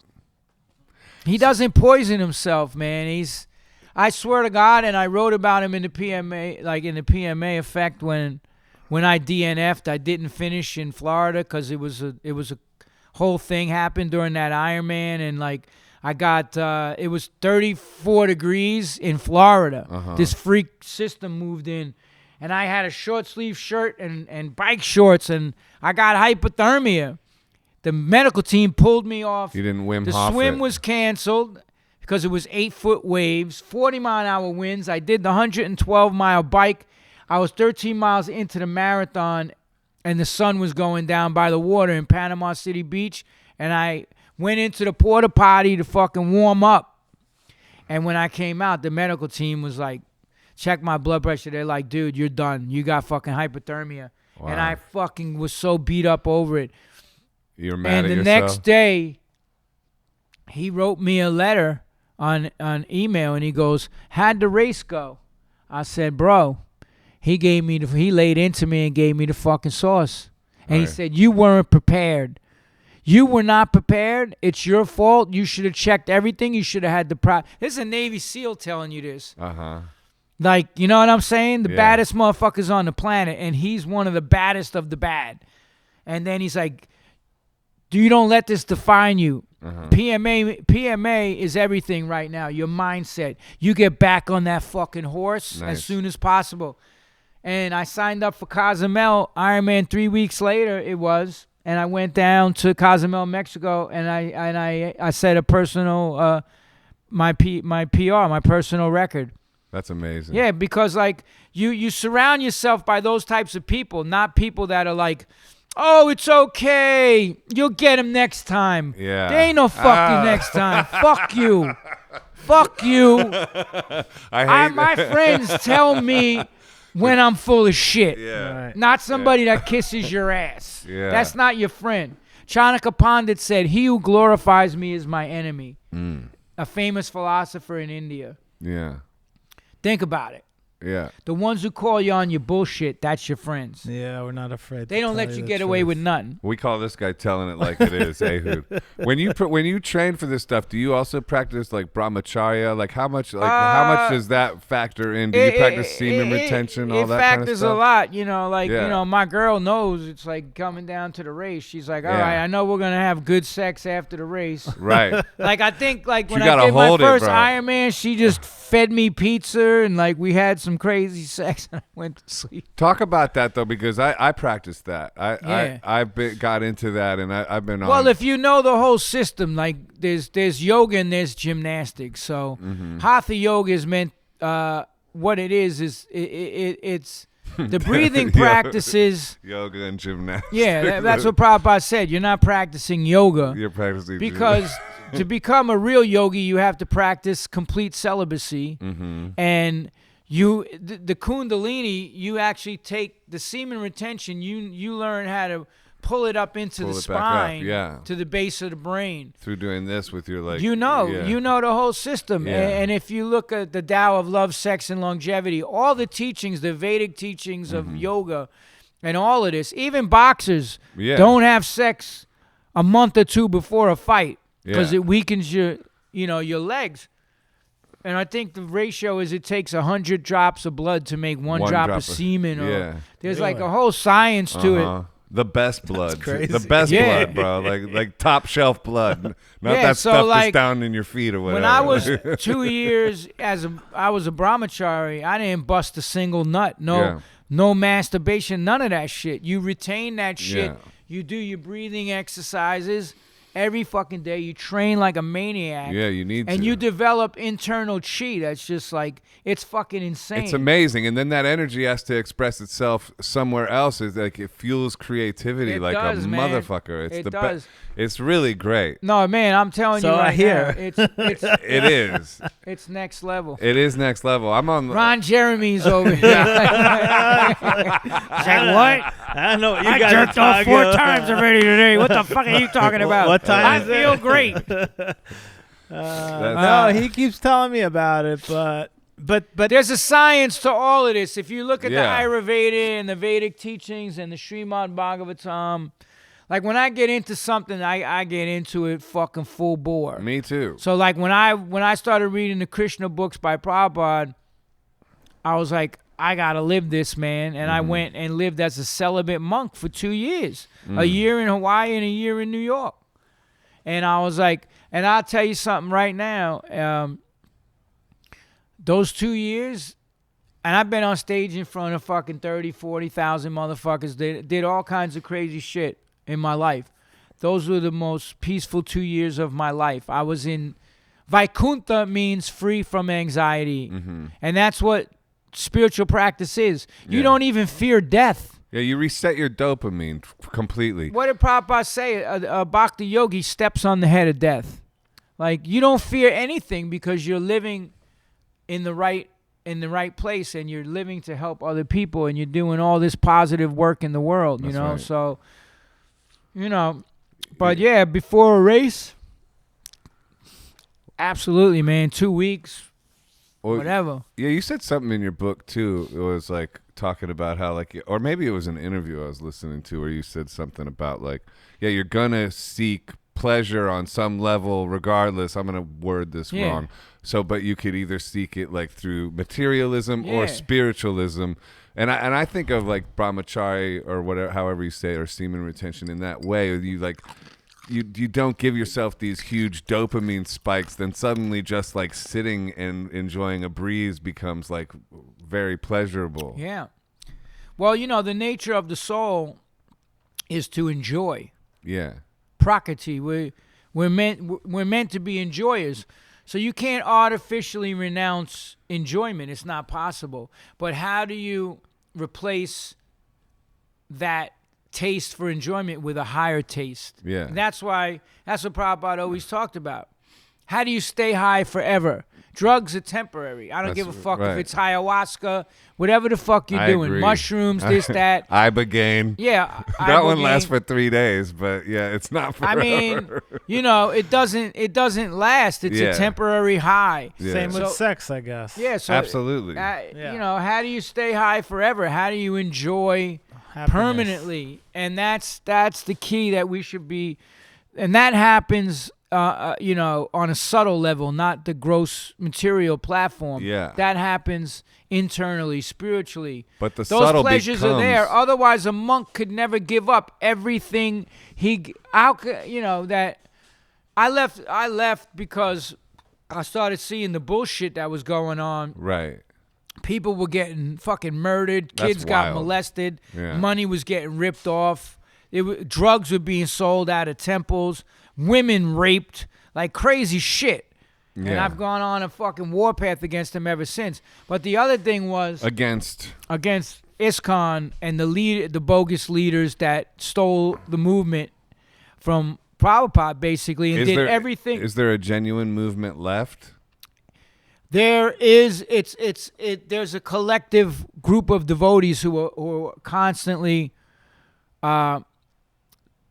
speaking out against what's going on. And the funny thing is, it's just like the government calling us conspiracy theories, because the Krishna leaders got it locked up. They say, if you find fault, that's called Vaishnav Aparad. You're making a great offense against a Vaishnav. And my rebuttal is, motherfucker, you ain't acting like no Vaishnav, so it's not a Vaishnav offense. Well, it's You're like- fucking stealing money.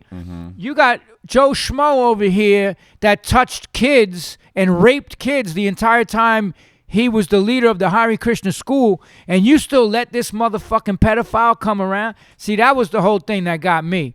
Because when that shit hit home, when I found out what they was doing to the kids, that's when I was like, it's on for life, motherfuckers. Get ready. Yeah. I'm going to fight you till I take my last motherfucking breath. And I have. Mm-hmm. And this is over fucking 30 years now. Monkey on a Stick, all these books, Right. you know, that have come out. And, you know, they poisoned Prabhupada. They did all this stuff to get Prabhupada out of the way. That's how evil and envious these people were. And Prabhupada never asked for anything. Prabhupada always said, how can I serve you? How can I serve? These people don't think like that. Yeah. This guy that runs the Bhakti Center over here, Well, it's the same with the yoga gurus. they're all fucking everywhere scammers, else. man.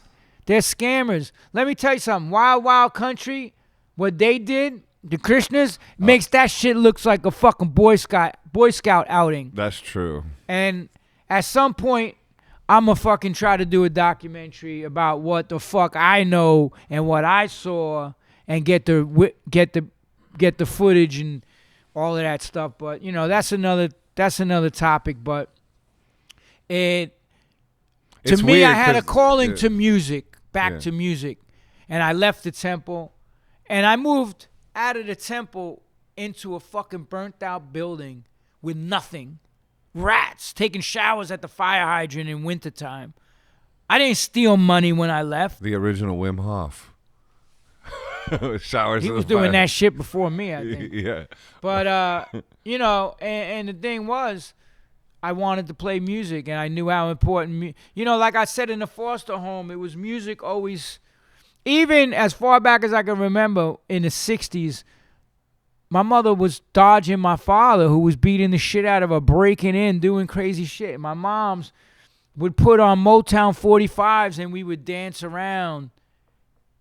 And, like, I would act like I was a Motown singer, like, singing into broom handles. And I forgot all the pain and suffering that was happening to us as a family. Even in the foster home, my mother, we got this little transistor black radio. And the craziest fucked up shit was happening to me. And I'd be under the blankets with my fucking earpiece in, like listening to fucking, you know, Bill Withers and fucking all this other music. And it was like, music's always been, when I wasn't involved in music is when I got in the most trouble. Mm-hmm. And that's why when I was a monk, and I remember the first trigger, because I was in Hawaii, and this couple came, and they were walking down Kalakaua Avenue, and they had a Bad Brain shirt on. This was 83. And I was like, yo, I used to work for them. You know, they're like, wow. And that seed was planted with the music again. See, a seed gets planted even in devotion, and then you water it. So if you water it properly, it grows into a creeper, a plant that flourishes with fruits and whatever. But if you poison it through activity, it dies. So that seed with the music was planted, and I was like, and it took a whole another like almost year for that to manifest. And seeing my old friends at the park, when I would go down to feed the homeless at Tompkins Square Park, we fed KRS-One in the shelters and shit. But we would go down there, and then I would see all the punk rockers, and there'd be like, and Harley was coming up to me going, yo, man, leave the temple. I got the band back together. Because Cro-Mags formed in 81, and he was a dick to everybody, and everybody quit. So then he got the band back. He's like, yo, leave the temple. We need you. I got the band. So that seed was like there, and then it started getting watered, and I was like, music. I was, you know, after my chanting at night, I was putting on Bad Brains records, and, you know, listening to that shit. And then when I started finding out all this stuff, that's when I just jetted. Like, It's weird how religion, like, it has these based on all these high ideals, and then it draws in the most fucked up behavior. Well, what does as it well. say It's like in the Kali Yuga? The polarities. like I said, I came up with the name Age of Quarrel for the Cro-Mags' first record because it was based on the teachings of the Vedas. Kali Yuga, the age of quarrel Yeah. and hypocrisy. Yeah. Where in this age, people take irreligion to be religion, and the real spirituality, the religion, the real process to be irreligion. So now you have, look at all these motherfuckers on TV and all these they're the biggest fucking hoaxsters going. Televangelists. And all of them. All of them. 99.9% Hare Krishna leaders, the fucking guys running the Nation of Islam, they all got busted. What's his name there? Elijah Muhammad. You saw Malcolm X, what he was doing. He had everybody fooled. He was sleeping with the fucking women and sending them off to be isolated. And just every religious system, they're just scammers. They're wolves in sheep's clothing. And they take, and the most disgusting part of it, and I say this in my book, is that they took advantage of people that were at the end of their rope in life, that were looking for something. A lot of people committed fucking suicide and slipped into drugs after all that shit went down in the Hare Krishnas in the 80s and 70s, and they put so much faith into these guys, and then they found out they were fucking molesting children and ordering people to be fucking murdered and all this other shit. So it's like, they're the worst. They're the worst. When you take advantage of somebody who's at their low point in their life and looking for a way out of it, and you exploit them, and you fucking take everything from them, you're the fucking worst parasite on the fucking planet. And whatever you get, you fucking deserve. Yeah, power corrupts. Prabhupada said anyone who touches a child should be hung. Yeah. And that, I fucking agree. And they raped all the kids in the Hare Krishna schools.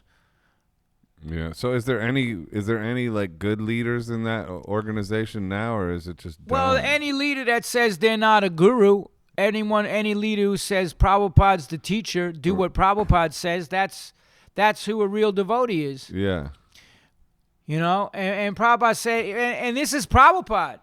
Prabhupada said, one who says he's my devotee is not my devotee. One who says he's the devotee of my devotee is my devotee. You understand that? Prabhupada said, serve the people that serve the movement. And there are very good people. 99.9% of those Krishna people are good people. They're just manipulated. The same way out in society, the ones who are telling us that we're conspiracy theories, they're good people. They just drank the Kool-Aid. Yeah. Some of them are sucking on the Kool-Aid frozen penis pop. They're so deep in that shit. Yeah. They don't even know. That's true. I tell them that shit, but Yeah. I everything. I try to kick jokes too, but sometimes You gotta have a sense of humor. they don't work. about You it. can't have a stick up your ass. Somebody Nah. said that to me the other about. I posted a comedic post, and he's like going on a rant. I saw I'm it like, with the vaccine. Yeah. And I go to him. I go, yo, it must be pretty hard walking around life with a 2x4 up your ass. Yeah. And he was like, what? Yeah. Just like this other girl, I was like, the meme about, I posted some shit about, I heard, it was about the mask. And I go, hey, I heard Kotex is throwing their hat in the mask game. So fellas, look in the feminine hygiene aisle and get your masks. And some fucking chick, jumps on and she's like, that is the most disgusting, misogynistic fucking thing I've ever heard. And what was your I'm response? like, bitch, I wrote a book called Meat is for Pussies. Do you think I give a fuck? You got heat for that title, didn't you? Ooh, boy, the feminists came at me. Yeah. HarperCollins put that book out. Yeah. I'm still dealing with the repercussions of that, but I don't give a fuck because I'm in it to win it. I don't give they got my fucking Lululemon campaign pulled. They fucking ruined like everything, bro. Oh, yeah. I don't give a fuck though, because you know what? The most amount of books was sold to women for their dudes because they're like, yo, I never listened to no motherfucker doing this diet. You're the first motherfucker I paid attention to. I speak their vernacular. I speak dude. You know what I'm saying? I'm like, you fucking mamalukes with this shit. It's just I try to have a sense of humor and have fun with it, and then you get people who now are offended over everything. Yeah. Every fucking thing you do, no matter what. So what do? You walk on eggshells the rest of your life? Fuck you. Go Yeah. be offended. Yeah. Go fucking be offended all the fuck you want. I could give a fuck less.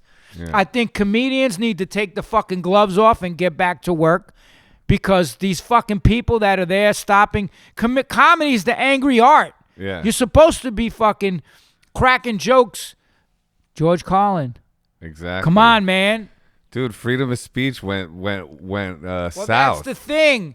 The liberals and all these motherfuckers, it's like, yeah, there's freedom of speech as dude. long as you agree I thought I with was their liberal. narrative. Yeah. No, these are speech Nazis. I know, dude. These are speech Nazis. I put on my story something about like this Alex Jones, like gonna be the first guest on Rogan since he signed the deal to Spotify, and how I was like, this is great news for freedom of speech.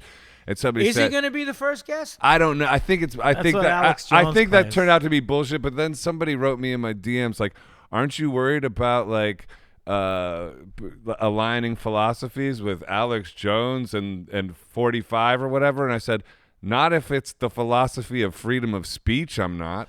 Like There you what? go. What the fuck? You know, like Yeah.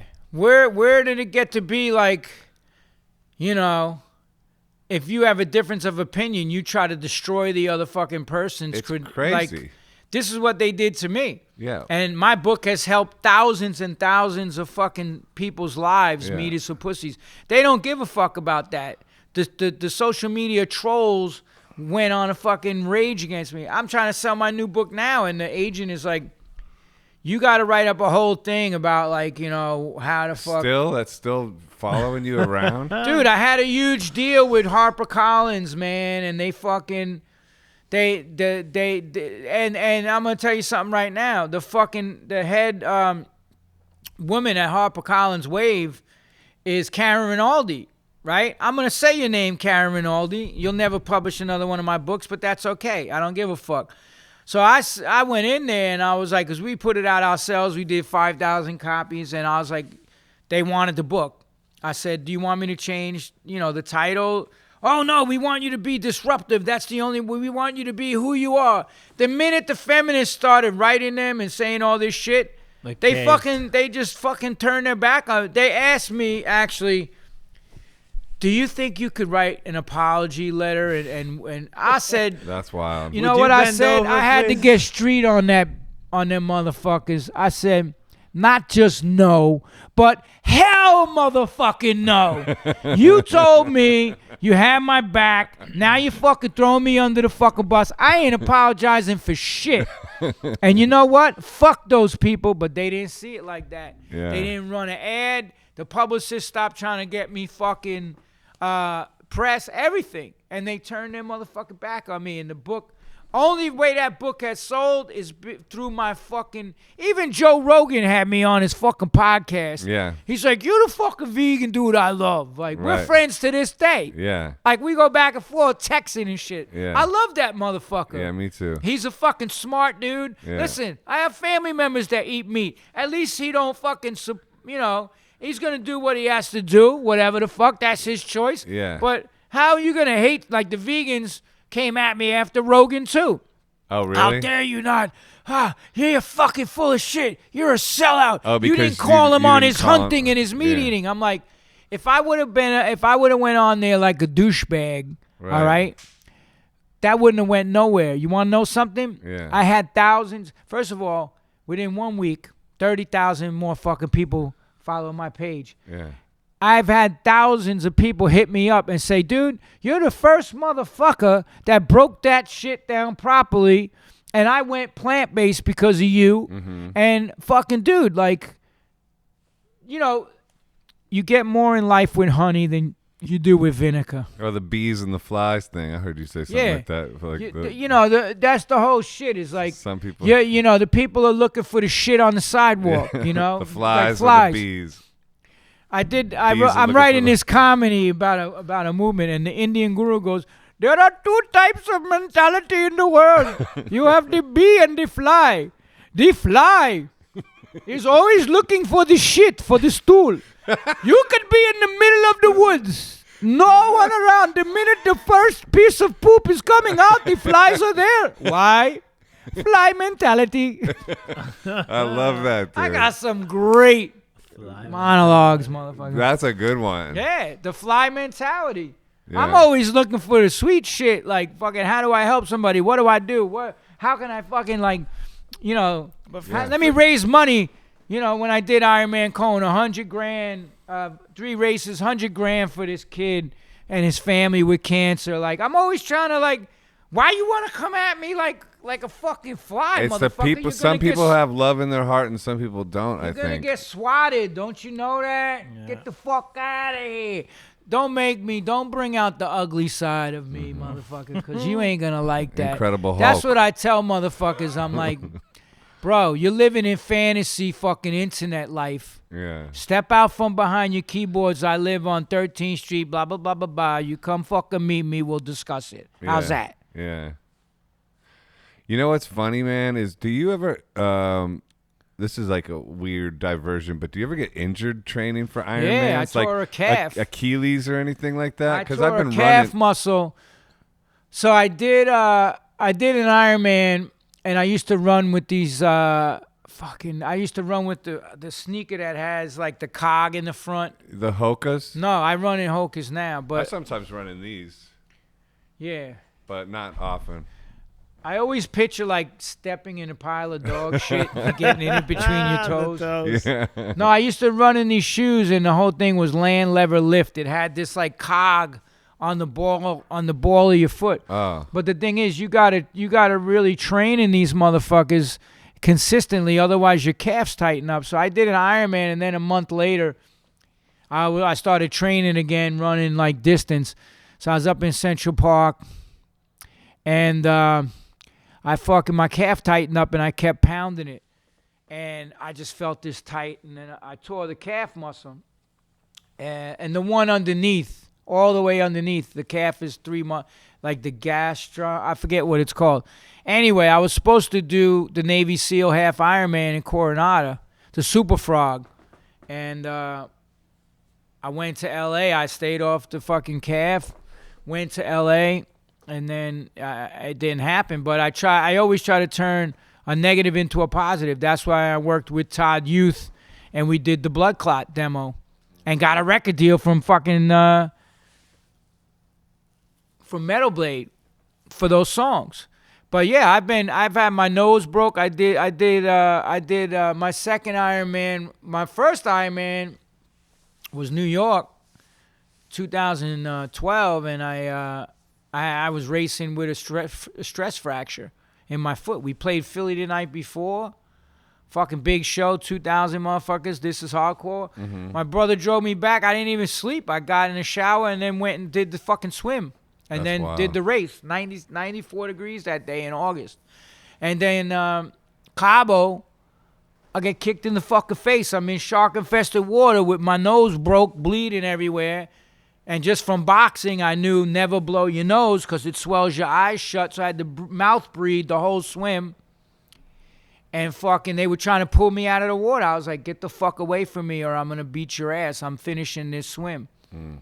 And Cabo's like fucking sharks everywhere. And they're trying to get me out of the water because the other swimmers, they're like, you're going to attract sharks. You're going to kill everybody. I was chumming the water. But yeah, it's always something. Rich Roll, we joked about it, like something went wrong every motherfucking. Yeah. Nothing. Like this last Ironman I did in Cozumel right before the pandemic in November, that was like the first time I went to a race and everything went according to plan, except for the dude dying in the swim. You mentioned Todd Youth. Did he get into Hare Krishna because of you? Yeah. Yep. That was after. Because Todd Youth, this is why me and Todd Youth became friends. Because Todd Youth ran away from a foster home and came onto the streets of the Lower East Side at 13 years old. And I put it out there. I said, anybody touches this fucking kid, anybody bullies this fucking kid, you're going to deal with me. Nobody fucked with Todd. And then Todd, later on, I got him in, the whole philosophy thing. I was going to the temple with him and he read the books. I just feel bad because he had a problem with substance abuse, and then when his marriage was falling apart, he took shelter of fucking drugs. And it was one time. It was a couple times, and he did shit that had that, what's that shit that's killing everybody now? Fentanyl. It had fentanyl in it, and he fucking OD'd and fucking died, man. Rest in peace. I'm sorry. Yeah, man. You want to talk talent? Jesse Malin, ask Jesse about Todd. Well, that's how we got to you Yeah. too, because Jesse came on and we were talking about Todd Youth, and he was talking about you, and Yeah, he made man. the We connection. banged out an album. I swear to God, that Blood Clot record, Up in Arms, it's fucking... That dude's a fucking genius in the studio, man. Todd Youth. And then we worked with other people, Zeus and Michael Alago, actually, that signed Metallica, kind of got us to... We had the deal, but they were offering us nothing. Michael Alago fucking managed the band and talked to Brian Slagle and got us, like, paid 1990s money. That's nice. So, like, now I got another guitar player. I gave it over a year out of respect. And Yeah. it wasn't just that. I just had no desire to do it. I was gutted. Like, my friend... And drugs will do fucked up shit to you. Like, he kind of turned against us a little bit. And Yeah, they took our material. Yeah, they that take we out had a left friend over, before they leave. and then, like, used it in this other band he had, Fire Burn, that he was doing, like, he shouldn't have been doing because he was under contract with us. And, like, I didn't take it personal. And Joey Castillo, who's in Queens of the Stone Age, he was, and, like, now he's playing in the Bronx, and he plays with Zach Wilde. He's like, the drummer. he's a fucking Yeah, machine. Joey. Yeah, He's like, Todd, just fucking call him. Just call him.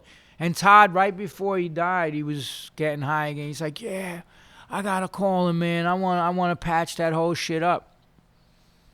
That Then I sucks. got the fucking call, and I called his wife the next morning, and she was hysterical. And she's like, yeah, he can't. He died in our apartment. He came back and came in, and then was like, got all sad, reminiscing, looking at all the stuff. And she was at work, and he OD'd.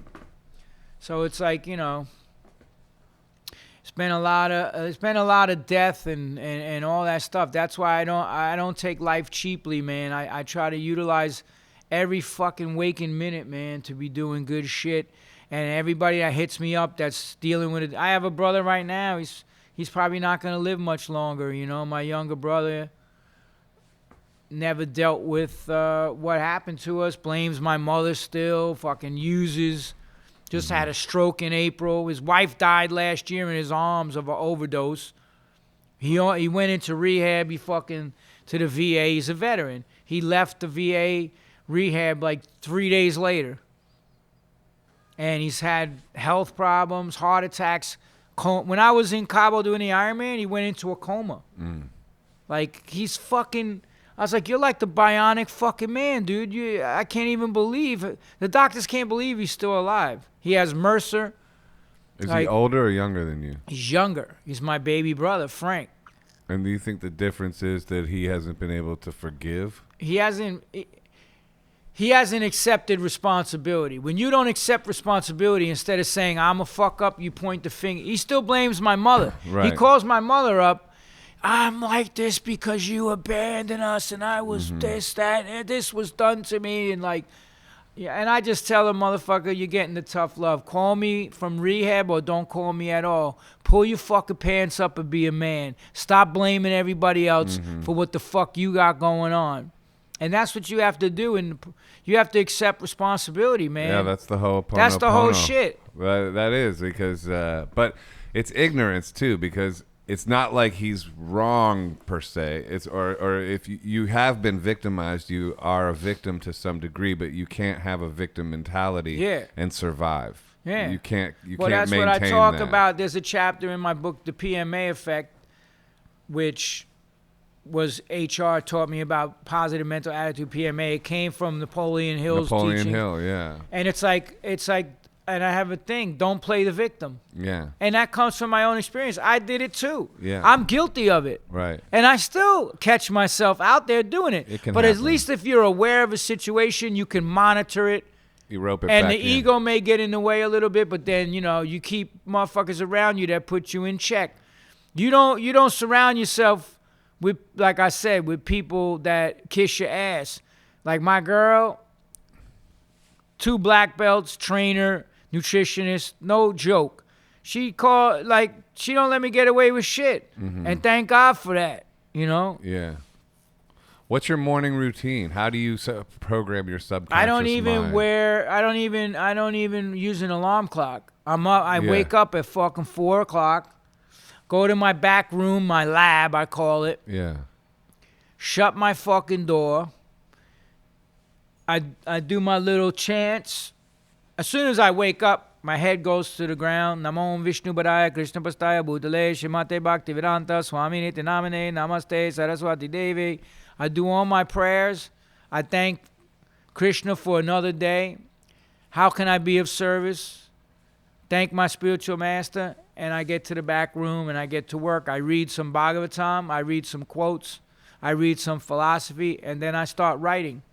And I'll write 3-4 hours, have a little breakfast, reach out to people, and then just get to the training. And then I depending on like I was putting in 8 hours days on this script. I said that if you don't come out of this shit better than when you went in, this lockdown and this shit, you didn't have a shortage of you didn't have a lack of time. You had a lack of discipline. Yeah. And without discipline, you ain't getting no fucking way. Discipline is freedom. And I used all this time. Tours got canceled, this, that. I'm a tour guide with the fucking Fear City walking tour. Can't do any of those. So I just sat and I said, all right, I'm going to get this draft of this fucking script done. And I put 8 hours a day plus train plus did all my other shit. And I just fucking got it done. Yeah. This morning, I just did the first little, like you break everything back. Like there's a 5-point scene analysis that McKee teaches you. So you have to do that for every fucking scene. So like that shit, first you got to write it. Then you got to do all the checks and balances. And then you got to finally check. I didn't have a copy editor, so I'm sure there's a typo or two here and there, or whatever the fuck. But they're not looking for typos. People that want to read the script are looking for a story, and I got it. What's it called? It's named after my book, The Evolution of a Cro-Magnon. I love it. And it's all about destroying those inner fucking demons before they destroy you. Yeah. And the road of darkness that could take you down. Yeah. And that's... And the light you become in that process, man. You're a big light, dude. I'm so happy to meet you man. And get a chance. Well, anybody that knows Jesse, and his friends, and Jesse spoke very highly of you. And Love I'm like, Jesse. Listen, man, I saw Jesse play Max's Kansas City in like, I think it was 80 or 81. He was like, what, 14? With heart attack? With what? Yeah, heart attack. And he played a guitar that was bigger than him. I'm like, this kid's fucking great. Mm-hmm. And then we played with, I went on tour with the Bad Brains in 81, and the roadies formed a band called Blood Clot. That's where that came from. Mm-hmm. Because every time something went wrong, they was rosters, so they picked up a little patois. And the Blood Clot fixed the Blood Clot drums, and the Bumbo Clot amplifier to Ras. Blow a fuse to Ras, fix that Blood Clot. So the roadies formed a band called Blood Clot. Because we was in charge of fixing the blood clot situations. Mm-hmm. So we opened up for the Bad Brains every night. And our bass player back, Teddy, Papa Chubby. I used to see him tour in Europe. He's a blues guitarist now. Yeah, but he was the original guitar player for Blood He's Clot. He's a badass. He's a bad motherfucker. Teddy, California guy? But I always see him tour in Europe, like Papa back Chubby, in the day. Yeah. Papa Chubby, yeah. We had another band played, the guy came and played the bass, J.W. the Bad Brains sound man, producer of the Raw Sessions, played guitar, and Alvin was the drummer, who was the Bad Brains other roadie. So we opened up for them every fucking night, and then when we came back and did the Irving Plaza show, it was Heart Attack, the Necros, Blood Clot, and the Bad Brains. But I think Jesse went on it. We opened up, then Jesse with Heart Attack, and then the Necros, and then the Bad Brains at Irving, and that was a crazy show. And just to show you how times have changed, I was still inked up. Back then, I had tats. What, you got rid of your tats? No, I still have them. Yeah. But I'm saying, on the tape, you hear somebody yell out, "Tattoos are for jocks." For jocks. Yes. That's crazy. There's a tape of that. And I was like, yeah, and opinions are for like assholes. Everybody has one. Fucking some shit, stupid shit. I always pop shit. So what's next? Are you doing another Ironman? Or are you training? Yeah, or what? well, When's the next- I was supposed to do St. George May 2nd, which is the toughest run course in all of Ironman, and I did Kona World Championship twice. Yeah. Just the elevation and everything like that. So that got postponed to September, and then I was supposed to do Lake Placid. I tried to do 2. I was on course to do 3 this year. I was going to do Placid. I was going to do St. George, Placid. And Cozumel I love because it finishes out the year, November, on a positive note. So now St. George got pushed to September. And Placid got pushed back who knows when, to the end of the summer or whatever. So now I got a race coming up. As far as I know, September is the next race, Lake George, St. George, Utah. But I'm training and, still writing. I just finished a cookbook, and I'm working on another book right now, like a guide to how to do this shit plant-based on, just kill it. And then working on some other movies, working on another Blood Clot record. We got a guitar player now. We didn't even skip a beat. This guy's such a fucking badass. The Fear City still going on? Yeah, I'm doing the Fear City virtual right now, Okay. so... Monday. It's like a city tour. Yeah, I take you around Is on that Zoom. like based on the 70s stuff? that all you described? 70s, 80s, everything. Yeah. It's killer. I've been on the Today Show, the New York Times. Like, they're all like, this is the tour that you gotta. I was voted the top 5. I want to take it. Yeah, I live on where Avenue A. Can you too. give some examples of where you take Yeah, like people? we start at the Cube at Astor Place, and then I have pictures of when that photo of Spacely was up there when he did the movie Gringo, and then I go into the stories about how I met him and how he was the drug mule for like big rock stars at Max's and all this shit. He would go down and cop for them in Alphabet City. And then I go down the Bowery. I talk about the Bowery of old and the new Bowery and the 5 Points. That's fascinating, those times to me. Yeah, and then like movie locations and, Taxi Driver, and this was, this scene was filmed here, and like this is Mother's Soundstage over here, and then Great Gildersleeves, how the Bowery was fucking Skid Row. Like when I went onto the streets at first in 76, started, leaving the home, like, and you would come down there in the wintertime, and it was like Patti Smith said, garbage can fires as far as the eye could see. Really? And all those flop houses and like, just seeing all that as a kid. And then, the mass murderers, the Joel Rifkin, who was the serial killer. He killed 17 prostitutes, one of which was Dave from Reagan Youth's girlfriend. So there was a personal connection to that. And then, like, I lived in the building with the East Village butcher, Daniel Rakowitz, when he chopped up his girl and made soup out of her and fed her to the homeless in Tompkins Square Park. It was in a burnt-out building. He lived 2 floors above me. And you could smell the Wild. shit. Unbelievable. Can you smell what the wacko's cooking? That's Oh what we my called him, Wackowitz, instead of Rakowitz. Motherfucker was Wackowitz. Wow. But like all the shit, and then the drug gangs, and this is who ran these drug spots. And like, I tell this one story on Rivington and Elridge. I tried to squat a building when I left the Navy in 1980. And the fucking Allen boys had an apartment look out across the street. They waited for me and my boy James Contra, the singer from Virus. We cleaned out the whole apartment. Like there was dirt and refrigerators, and like it was no electricity. We were gonna take this place over for the winter and barricade it and make it our spot. I took the last bag of fucking garbage to the curb. I fucking turned around to go back in. Shotgun, pistol put to the side of my face. They're like, thanks for cleaning up for the Allen boys, motherfucker. Now you and your boy get the fuck out. They sat across there watching us, letting us do all the work. Like, these fucking idiots. And then they took it over and sealed it off from the inside. It's called a blue door. And then they knocked out the peephole, and they passed it. The people put the money in, the drugs came out. And then they barricaded the door.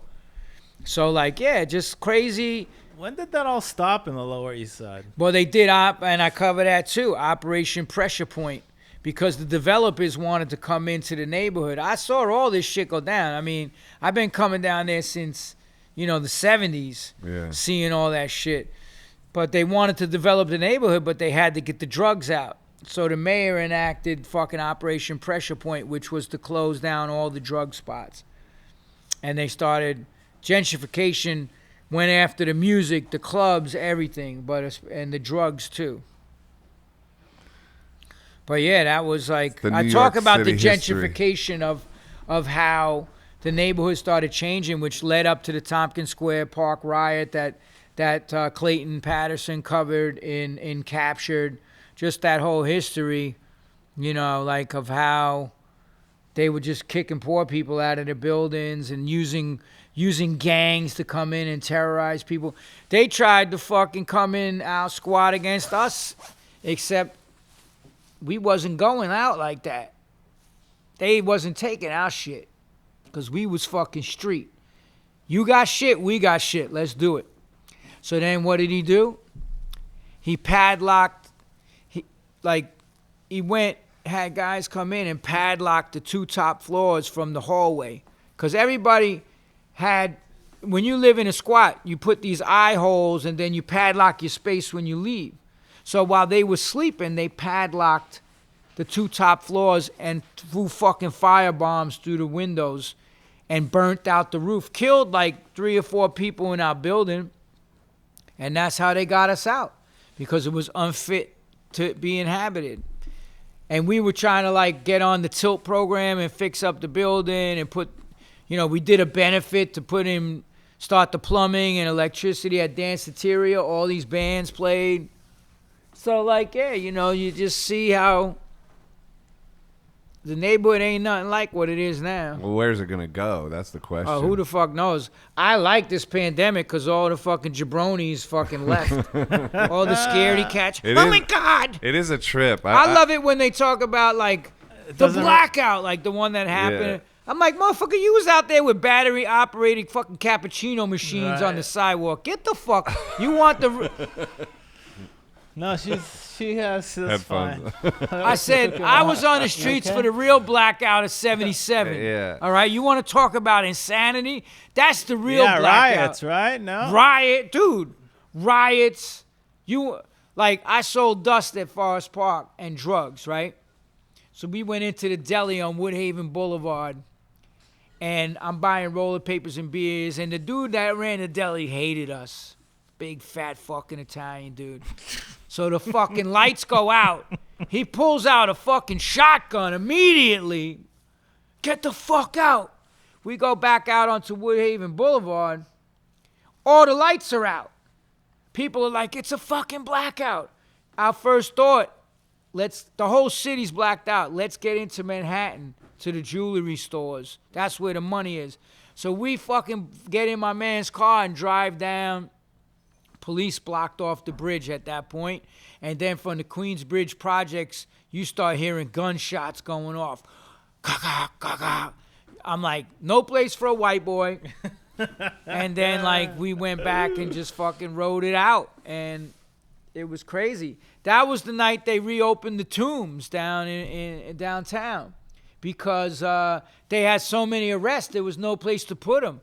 The Tombs down at...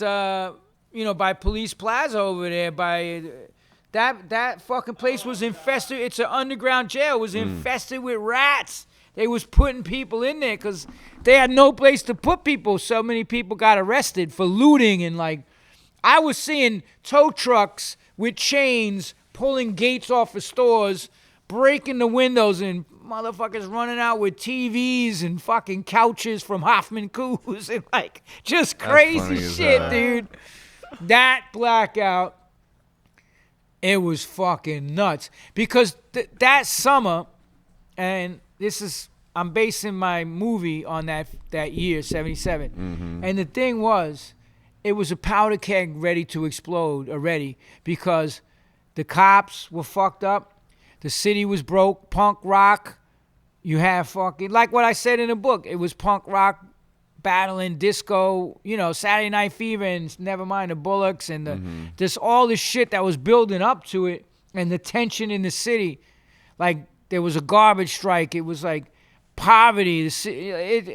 And it just exploded when that fucking blackout hit.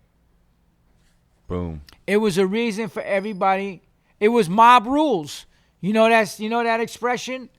Mob rules, man. When one motherfucker starts doing shit, another motherfucker, next thing you know, it just spins out of. I feel like we're heading towards an explosion like that now. It's gonna be more like a fucking fart, if you ask me, because nobody's fucking fighting. Yeah, people. It's more like you shart in your pants. You think it's going to be a big explosion, but it just turns into a pile of wet doo-doo in your pants. You don't think people will start fighting eventually? Oh, I think if they mandate all this shit that they're planning to fucking do, motherfuckers ain't standing for that shit. Yeah, mandatory vaccines. Get the fuck out. Yeah, 99.99999% of the people healed without a vaccine, but you want to mandatory vaccinate everybody? Yeah.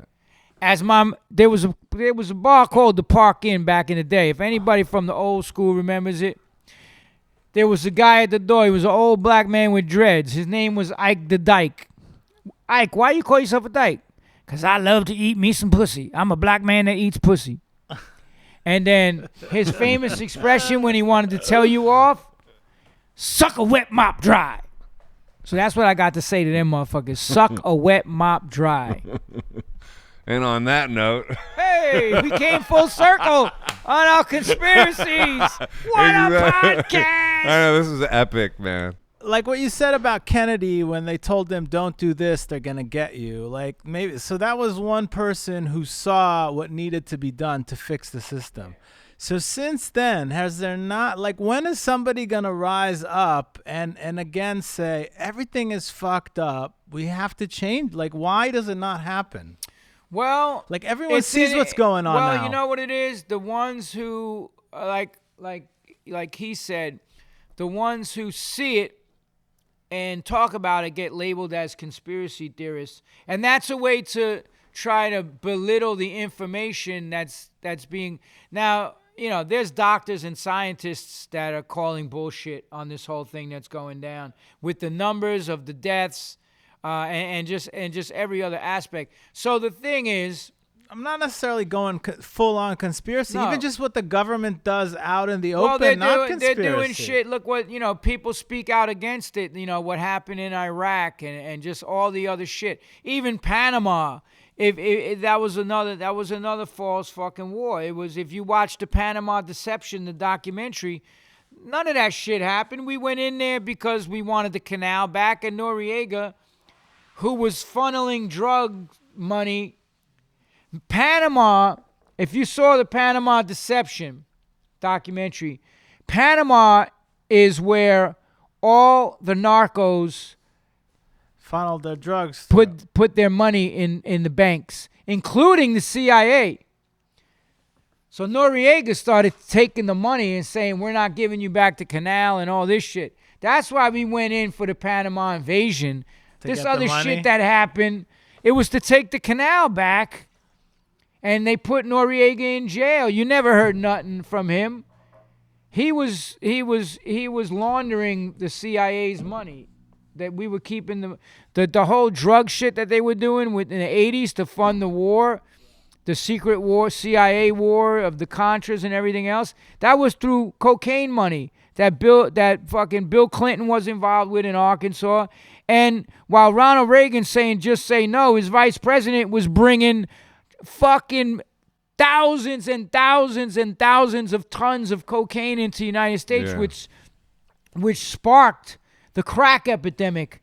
And then look what happened. Rick Ross. Everybody, but look what the fuck happened.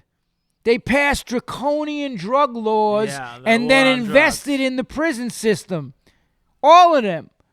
So people that say, oh, Bill Clinton's a great fucking guy. And Hillary, they're the worst people on the fucking planet. And I mean, and the thing is like they control the media and they get the big voices that get heard. Everybody else gets drowned out. And you know, what did Frank Zappa say about the TV? I'm gross and perverted. I'm obsessed and deranged. The slime. Read the lyrics to that shit. Frank Zappa was calling it.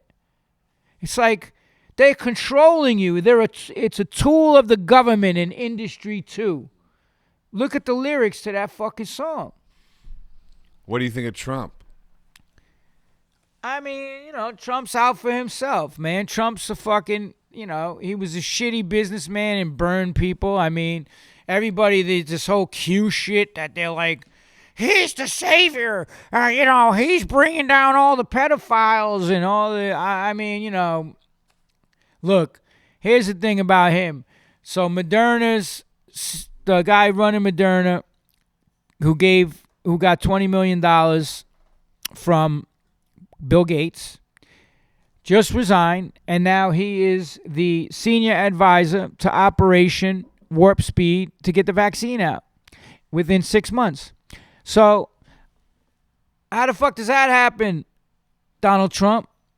You know, so everybody's complicit. You don't get to be the president of the United States.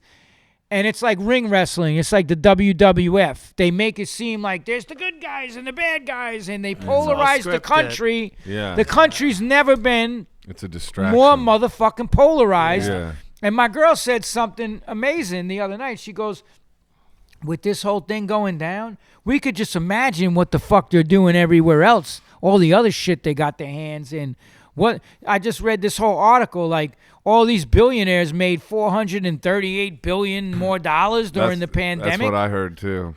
Come on, man. This guy, he's fucking giving his homeboys, you know, what's the solution? But he was doing that from the get-go. Just Of in course his he defense. was. In his defense. Of course he was. Of course he was. Giving accounts Of and course he positions was. to whoever and was his donating. Fucking, his environmental policies, he's a fucking piece of shit. Look what he's doing. He let them put toxins back in the water. He's reversed all of this stuff that was in place, you know, to protect the environment. And, you know, the politics ain't gonna solve shit. Yeah. There's a chapter in a book that I love from Prabhupada called The Science of Self-Realization. There's a chapter in there called Spiritual Solutions to Material Problems. Mm-hmm. The quote of the day today was that there's always going to be when you have cat and dogs, there's always going to be fighting. And that's what these people are. They're polished animals that are doing this shit. Mm-hmm. They have no regard for us. They make you think they have our best interests in mind. None of them do. None of them do. And, you know, it's a two-party system. It always has been. And they're both fucked up, equally as fucked up, because Obama did mad shit, and they gave him a pass on every fucking thing that he was doing. Corrupt as fuck. And he got away with all of that shit. And he's still the real president. They're posting fucking memes. Yeah, okay. How about all the illegal drone strikes killing all these fucking people and all the fucking business shady shit he was doing, which I could go on another podcast for an hour and talk about, but I won't. They're all corrupt. Nobody gets in that fucking office that ain't corrupt and ain't playing by who's running the shit, which is the motherfucking Federal Reserve and these rich and these families that are really running shit. And if you do try to speak out against them and you get a conscience after you got elected, you end up like JFK. Because that's the last motherfucker that had a conscience, and they took his ass the fuck out. So who do you vote for then? I don't just give a fuck. forget That it. shit's not It's that bull- shit's not going to affect me. Right. Because look what they do anyway. What is the value of voting when the Electoral College, who the fuck's running that, decides who the fucking president is? The witch Clinton won the popular vote, but Trump got in because of the Electoral College. So it's a farce, man. Yeah. It's a fucking farce. You know what? I work on myself. I change myself. I try to change my environment and the people around me. There's power in unity. There's power in collective thought, a collective consciousness. Yeah. And that's my work for this lifetime. That's what I try to do. You know? Speaking up. Not being silent. Fuck yeah, man. Be silent for what? What they say in a the lot of 80s, people are, silence though. equals death. Silence equals consent. Who's gonna play you in the movie? I have no idea, man. I'm just, I'm not an actor. I mean, listen, I'm gonna tell you one. I want to take a role in this shit, and it's probably like this one junkie. I got a role for you, the undercover police. Oh, shit. That's full circle. I'd be able to pull that. I could, you're right. That's actually pretty good. I could be the cop. I could be the cop in Norfolk that busted All me. three of them in different roles. Dude. Do like shit. a shit. Eddie Murphy type of That's thing. great. All three. Dude's a genius. Dude, fuck yeah. It'll be funny. It'll be Dude. like a good, It's But a good yeah, hook. you know, look, a good nod. A good like, nod. You gotta get into some deep shit because, like, you know, you have to be able to go to some dark places, and the thing is like, you know, like McKee says, it can't only be tightening the screws, because then you don't allow the audience to catch its breath and invest in the climax of the film. That's what comedy does. It allows the tension to back off. Right. So it's like sex. You build it, you back it off. You build it, you back it off. You build it more, you back it off. You build it even more, you back it off until the climax of the film. It's like sex. Well, you got a great director. I mean, that's Well, I'm not saying she just want. I'm not. You know, that would be my like dream, but she's busy with all her other shit. That's But amazing, dude. it's just the fact she's giving me coverage notes, and I sent her this. I'm gonna tell you something. I sent this to her today because every time she's told me something, I've written it down. So we just talked, me and Patty just talked on Zoom a little while ago with all our friends. And we were talking about the film, and Patty said, you have to make characters goofy, funny, unsure, and most importantly, make the right choice when the most powerful moment comes. It can't just be one thing that is, if it's just one thing, the character's not relatable or exciting. Well-rounded characters is what she's talking about. Right. And that's what you have to be able to do, you know? So Multi-dimensional. And I've, Dido Montiel, who did Guide to Recognizing Your Saints, like he's giving me coverage on my, I can't even tell you how blessed I am to have people like this destroy my work and say, look, you got something here, and that's what I appreciated because I kept doing the work. And some of the scripts that they've read, oh my God, I'm like, but I needed that to get to where I'm at now. Mm. So between McKee and then I've also read Blake Snyder, Save the Cat, which is kind of the litmus test. Like, okay, does this happen on this page? And this is the industry standard. He's sold scripts. He's been in the business for decades.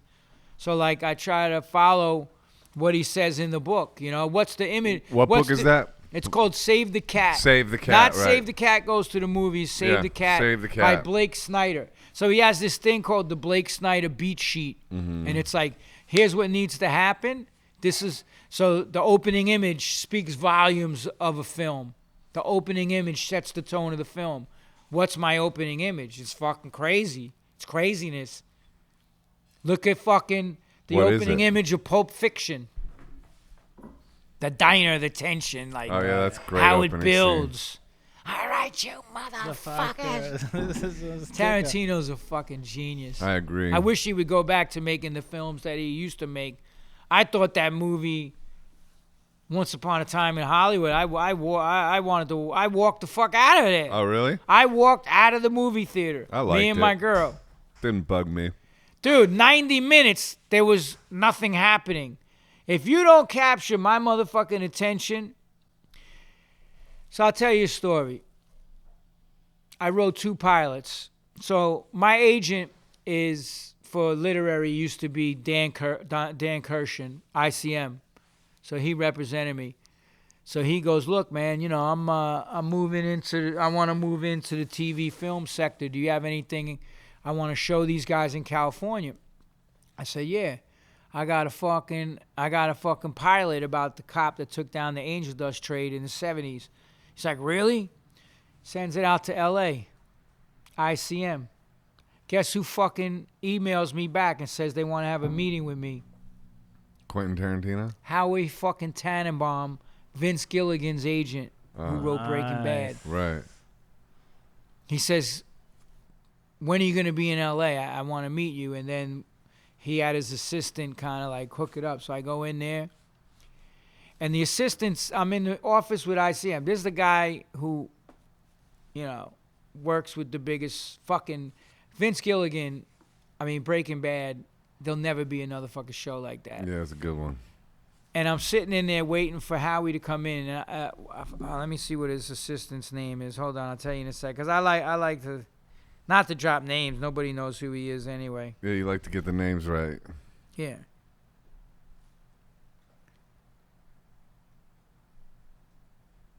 Oh, yeah. Michael Charney is his assistant. So he's sitting in a room with me, and he's like, I just want you to know, like, this is a huge fucking deal that Howie Tannenbaum flipped the fuck out on your writing. Mm-hmm. Like, he doesn't do this like this. And I was like, oh, okay. Thank you, man. Howie comes in, he's like, shakes my hand, he sits down, he goes, you know how many scripts come across my desk in a week? I can't even get through fucking 2 pages of them. And I'm like, reject pile. He's like, this fucking script held me from page 1 to the fucking end. He's like, dude, you bring the rawness, like he just fucking sat there like inspiring me. And he's like, you know, he said, it's going to be a hard sell because it's period and you're a first-time writer. Vince worked on the X-Files and all other shows as a writer before he tried to pitch Breaking Bad, and everybody turned it down before AMC gave him the shot. You know how many people turned that fucking show down? Everybody. Everybody said this will never get made. It takes one person to believe in you. The best movies are always. It takes one person to believe in you, man, and give you a fucking shot. But like, you know, that's you know, verisimilitude. You know that word? It means like life. Verisimilitude. So I try to do that with my writing is make that shit real life. Like Howie's like, dude, you can't make this shit up. I'm like, nah, man. And at first, the funny thing was, some writers told me, yeah, this is a great story. It was about me selling the dust, but she's like, I won't say her name, but she was like, I think this needs the law enforcement aspect. It's lacking. Then when I researched into that detective that took down the angel dust trade, I'm like, this is his fucking story. This ain't my story. This is his story. He became the protagonist. Right. That's what got it noticed. So what's going on with it now? I got it. It's period. You know, it's a tough sell, but I'll make it. I got other shit going on too.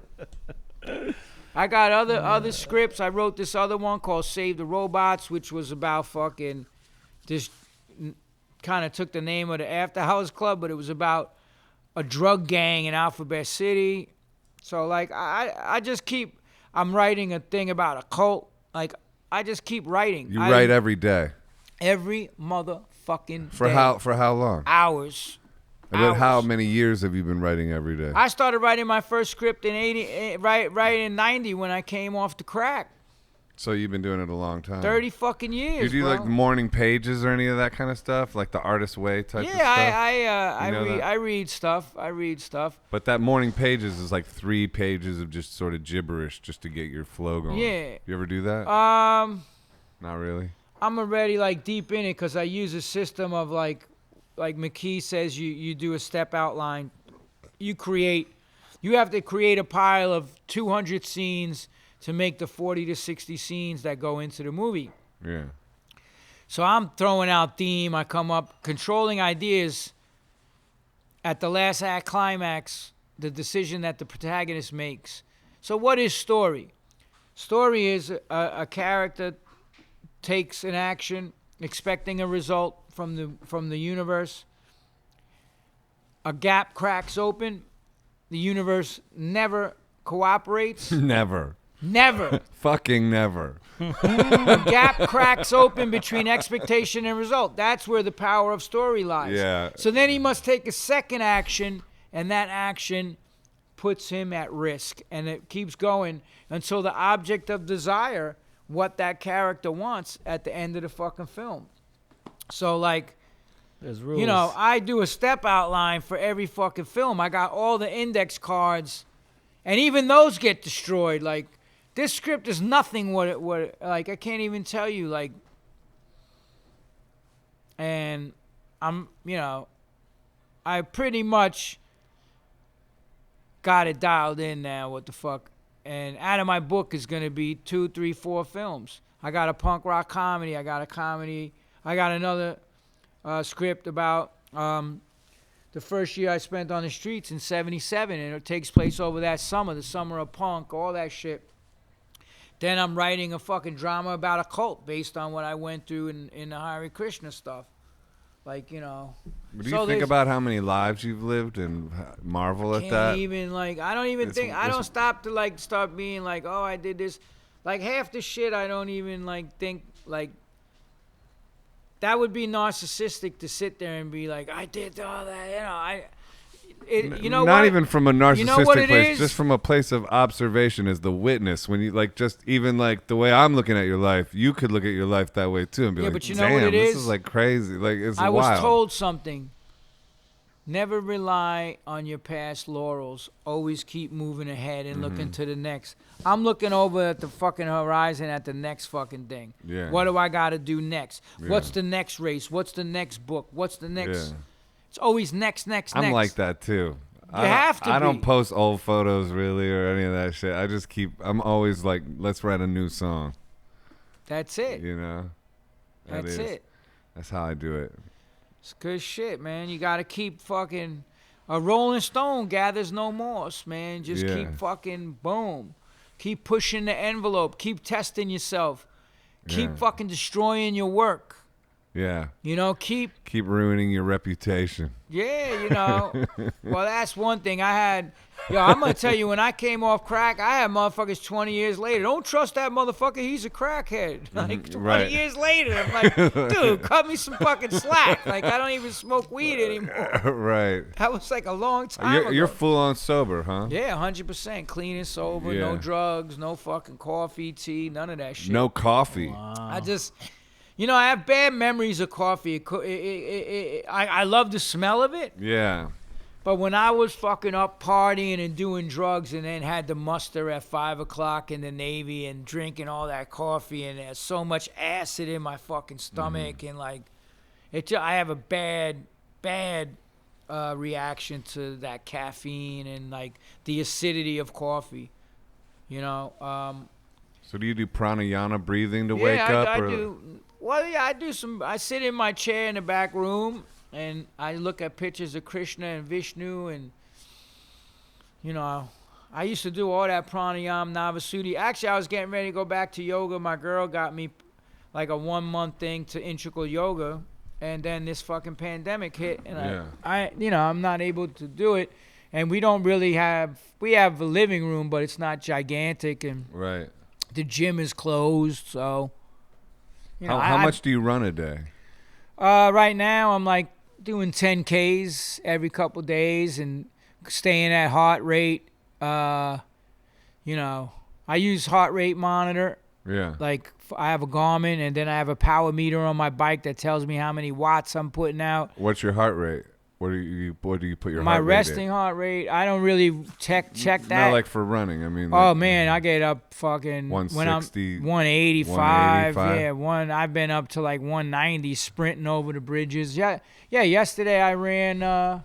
Yesterday I biked. The day before I ran the bridges, Manhattan Bridge into Brooklyn, and then back over to Brooklyn Bridge. It was a 10K. Yesterday I biked fucking 40 miles, crushing wattage on the bike. Yeah. Putting out watts. I always ride up to the George Washington Bridge. That's a good one. That red lighthouse up there. Yeah, that's beautiful. I love that red lighthouse. Me and my girl chill up dude. there, but I go over that bridge. I go up on 9W. See, I go to he keeps Bear going. Mountain. Yeah.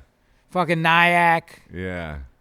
You know, I enjoy. We just went hiking. Me and my girl hiked the fucking trail to the top at Bear Mountain. Mm-hmm. It was like 1 hour, and they put slates in there, and it's 1 hour straight the fuck up, dude. It's like being on a Stairmaster for an hour. Where'd you meet your girl? Funny enough, like she had commented on something on Facebook, and I kind of was like, whatever. Y'all are cute. I saw you. I saw her on She's a Instagram. doll, Yeah, man. like I was looking at your Instagram today. Yeah. Yeah. And then, so I did this. So I used to do this thing called Nike Urban Running or whatever. Nike sponsored it. So then they said, you want to do one in LA? I got, so I was like, yeah. So I did one, and it's typical LA. Everybody fucking flaked. Everybody talks a whole bunch of shit, and then they fucking flake.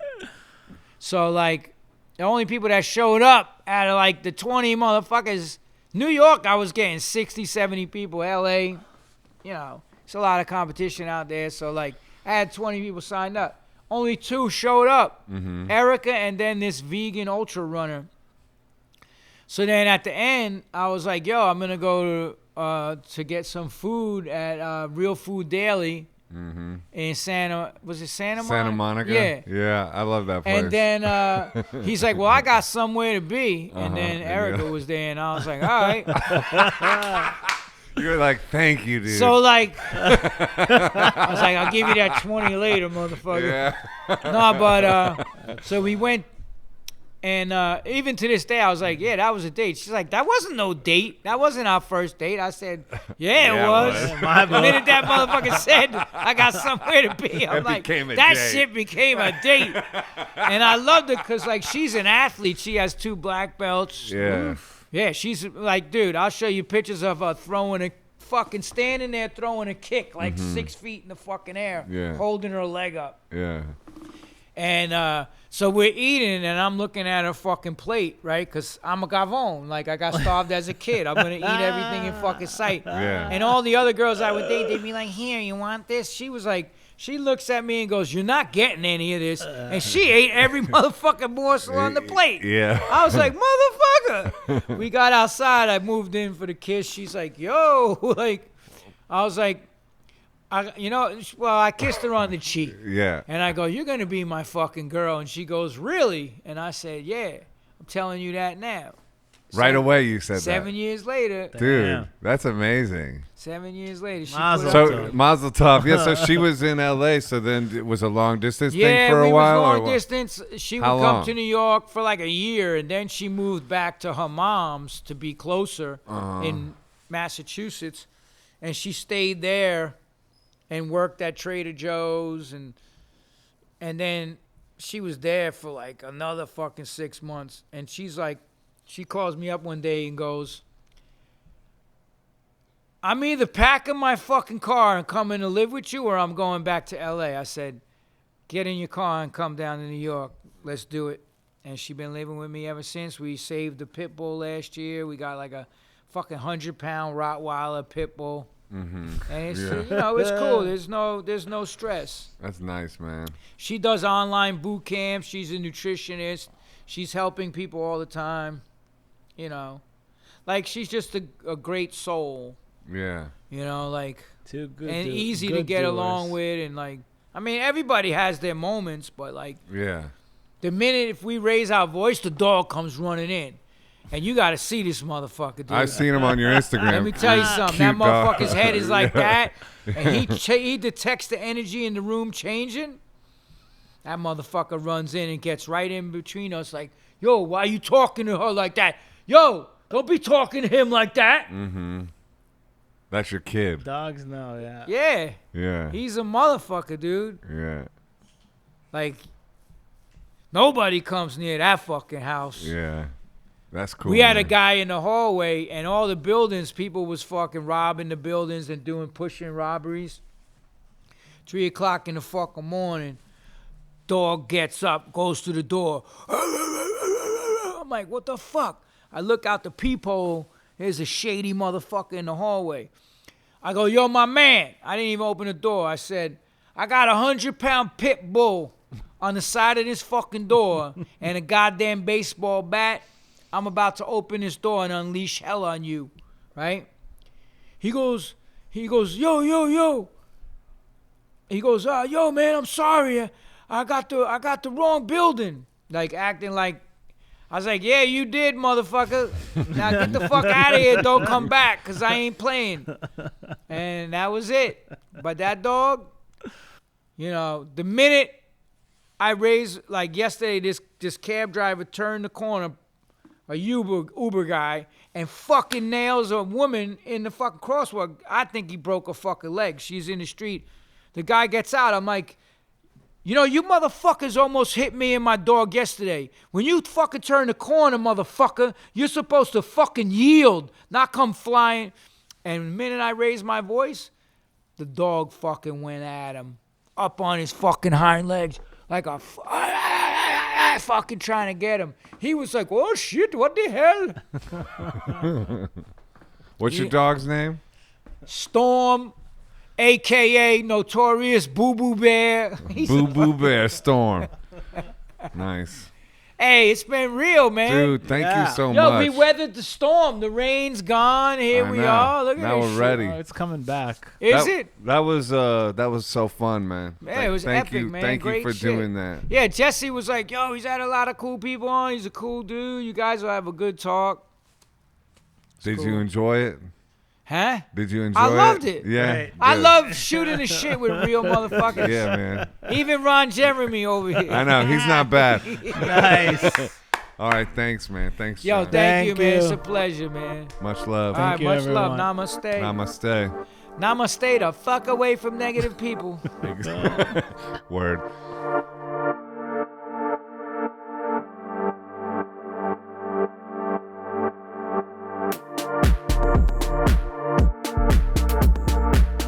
Hi, this is Joseph Arthur. Thanks for checking out Come to Where I'm From. Please support us on Patreon, patreon.com/come to where I'm from. We are an independent podcast, and any contributions you can make are greatly appreciated.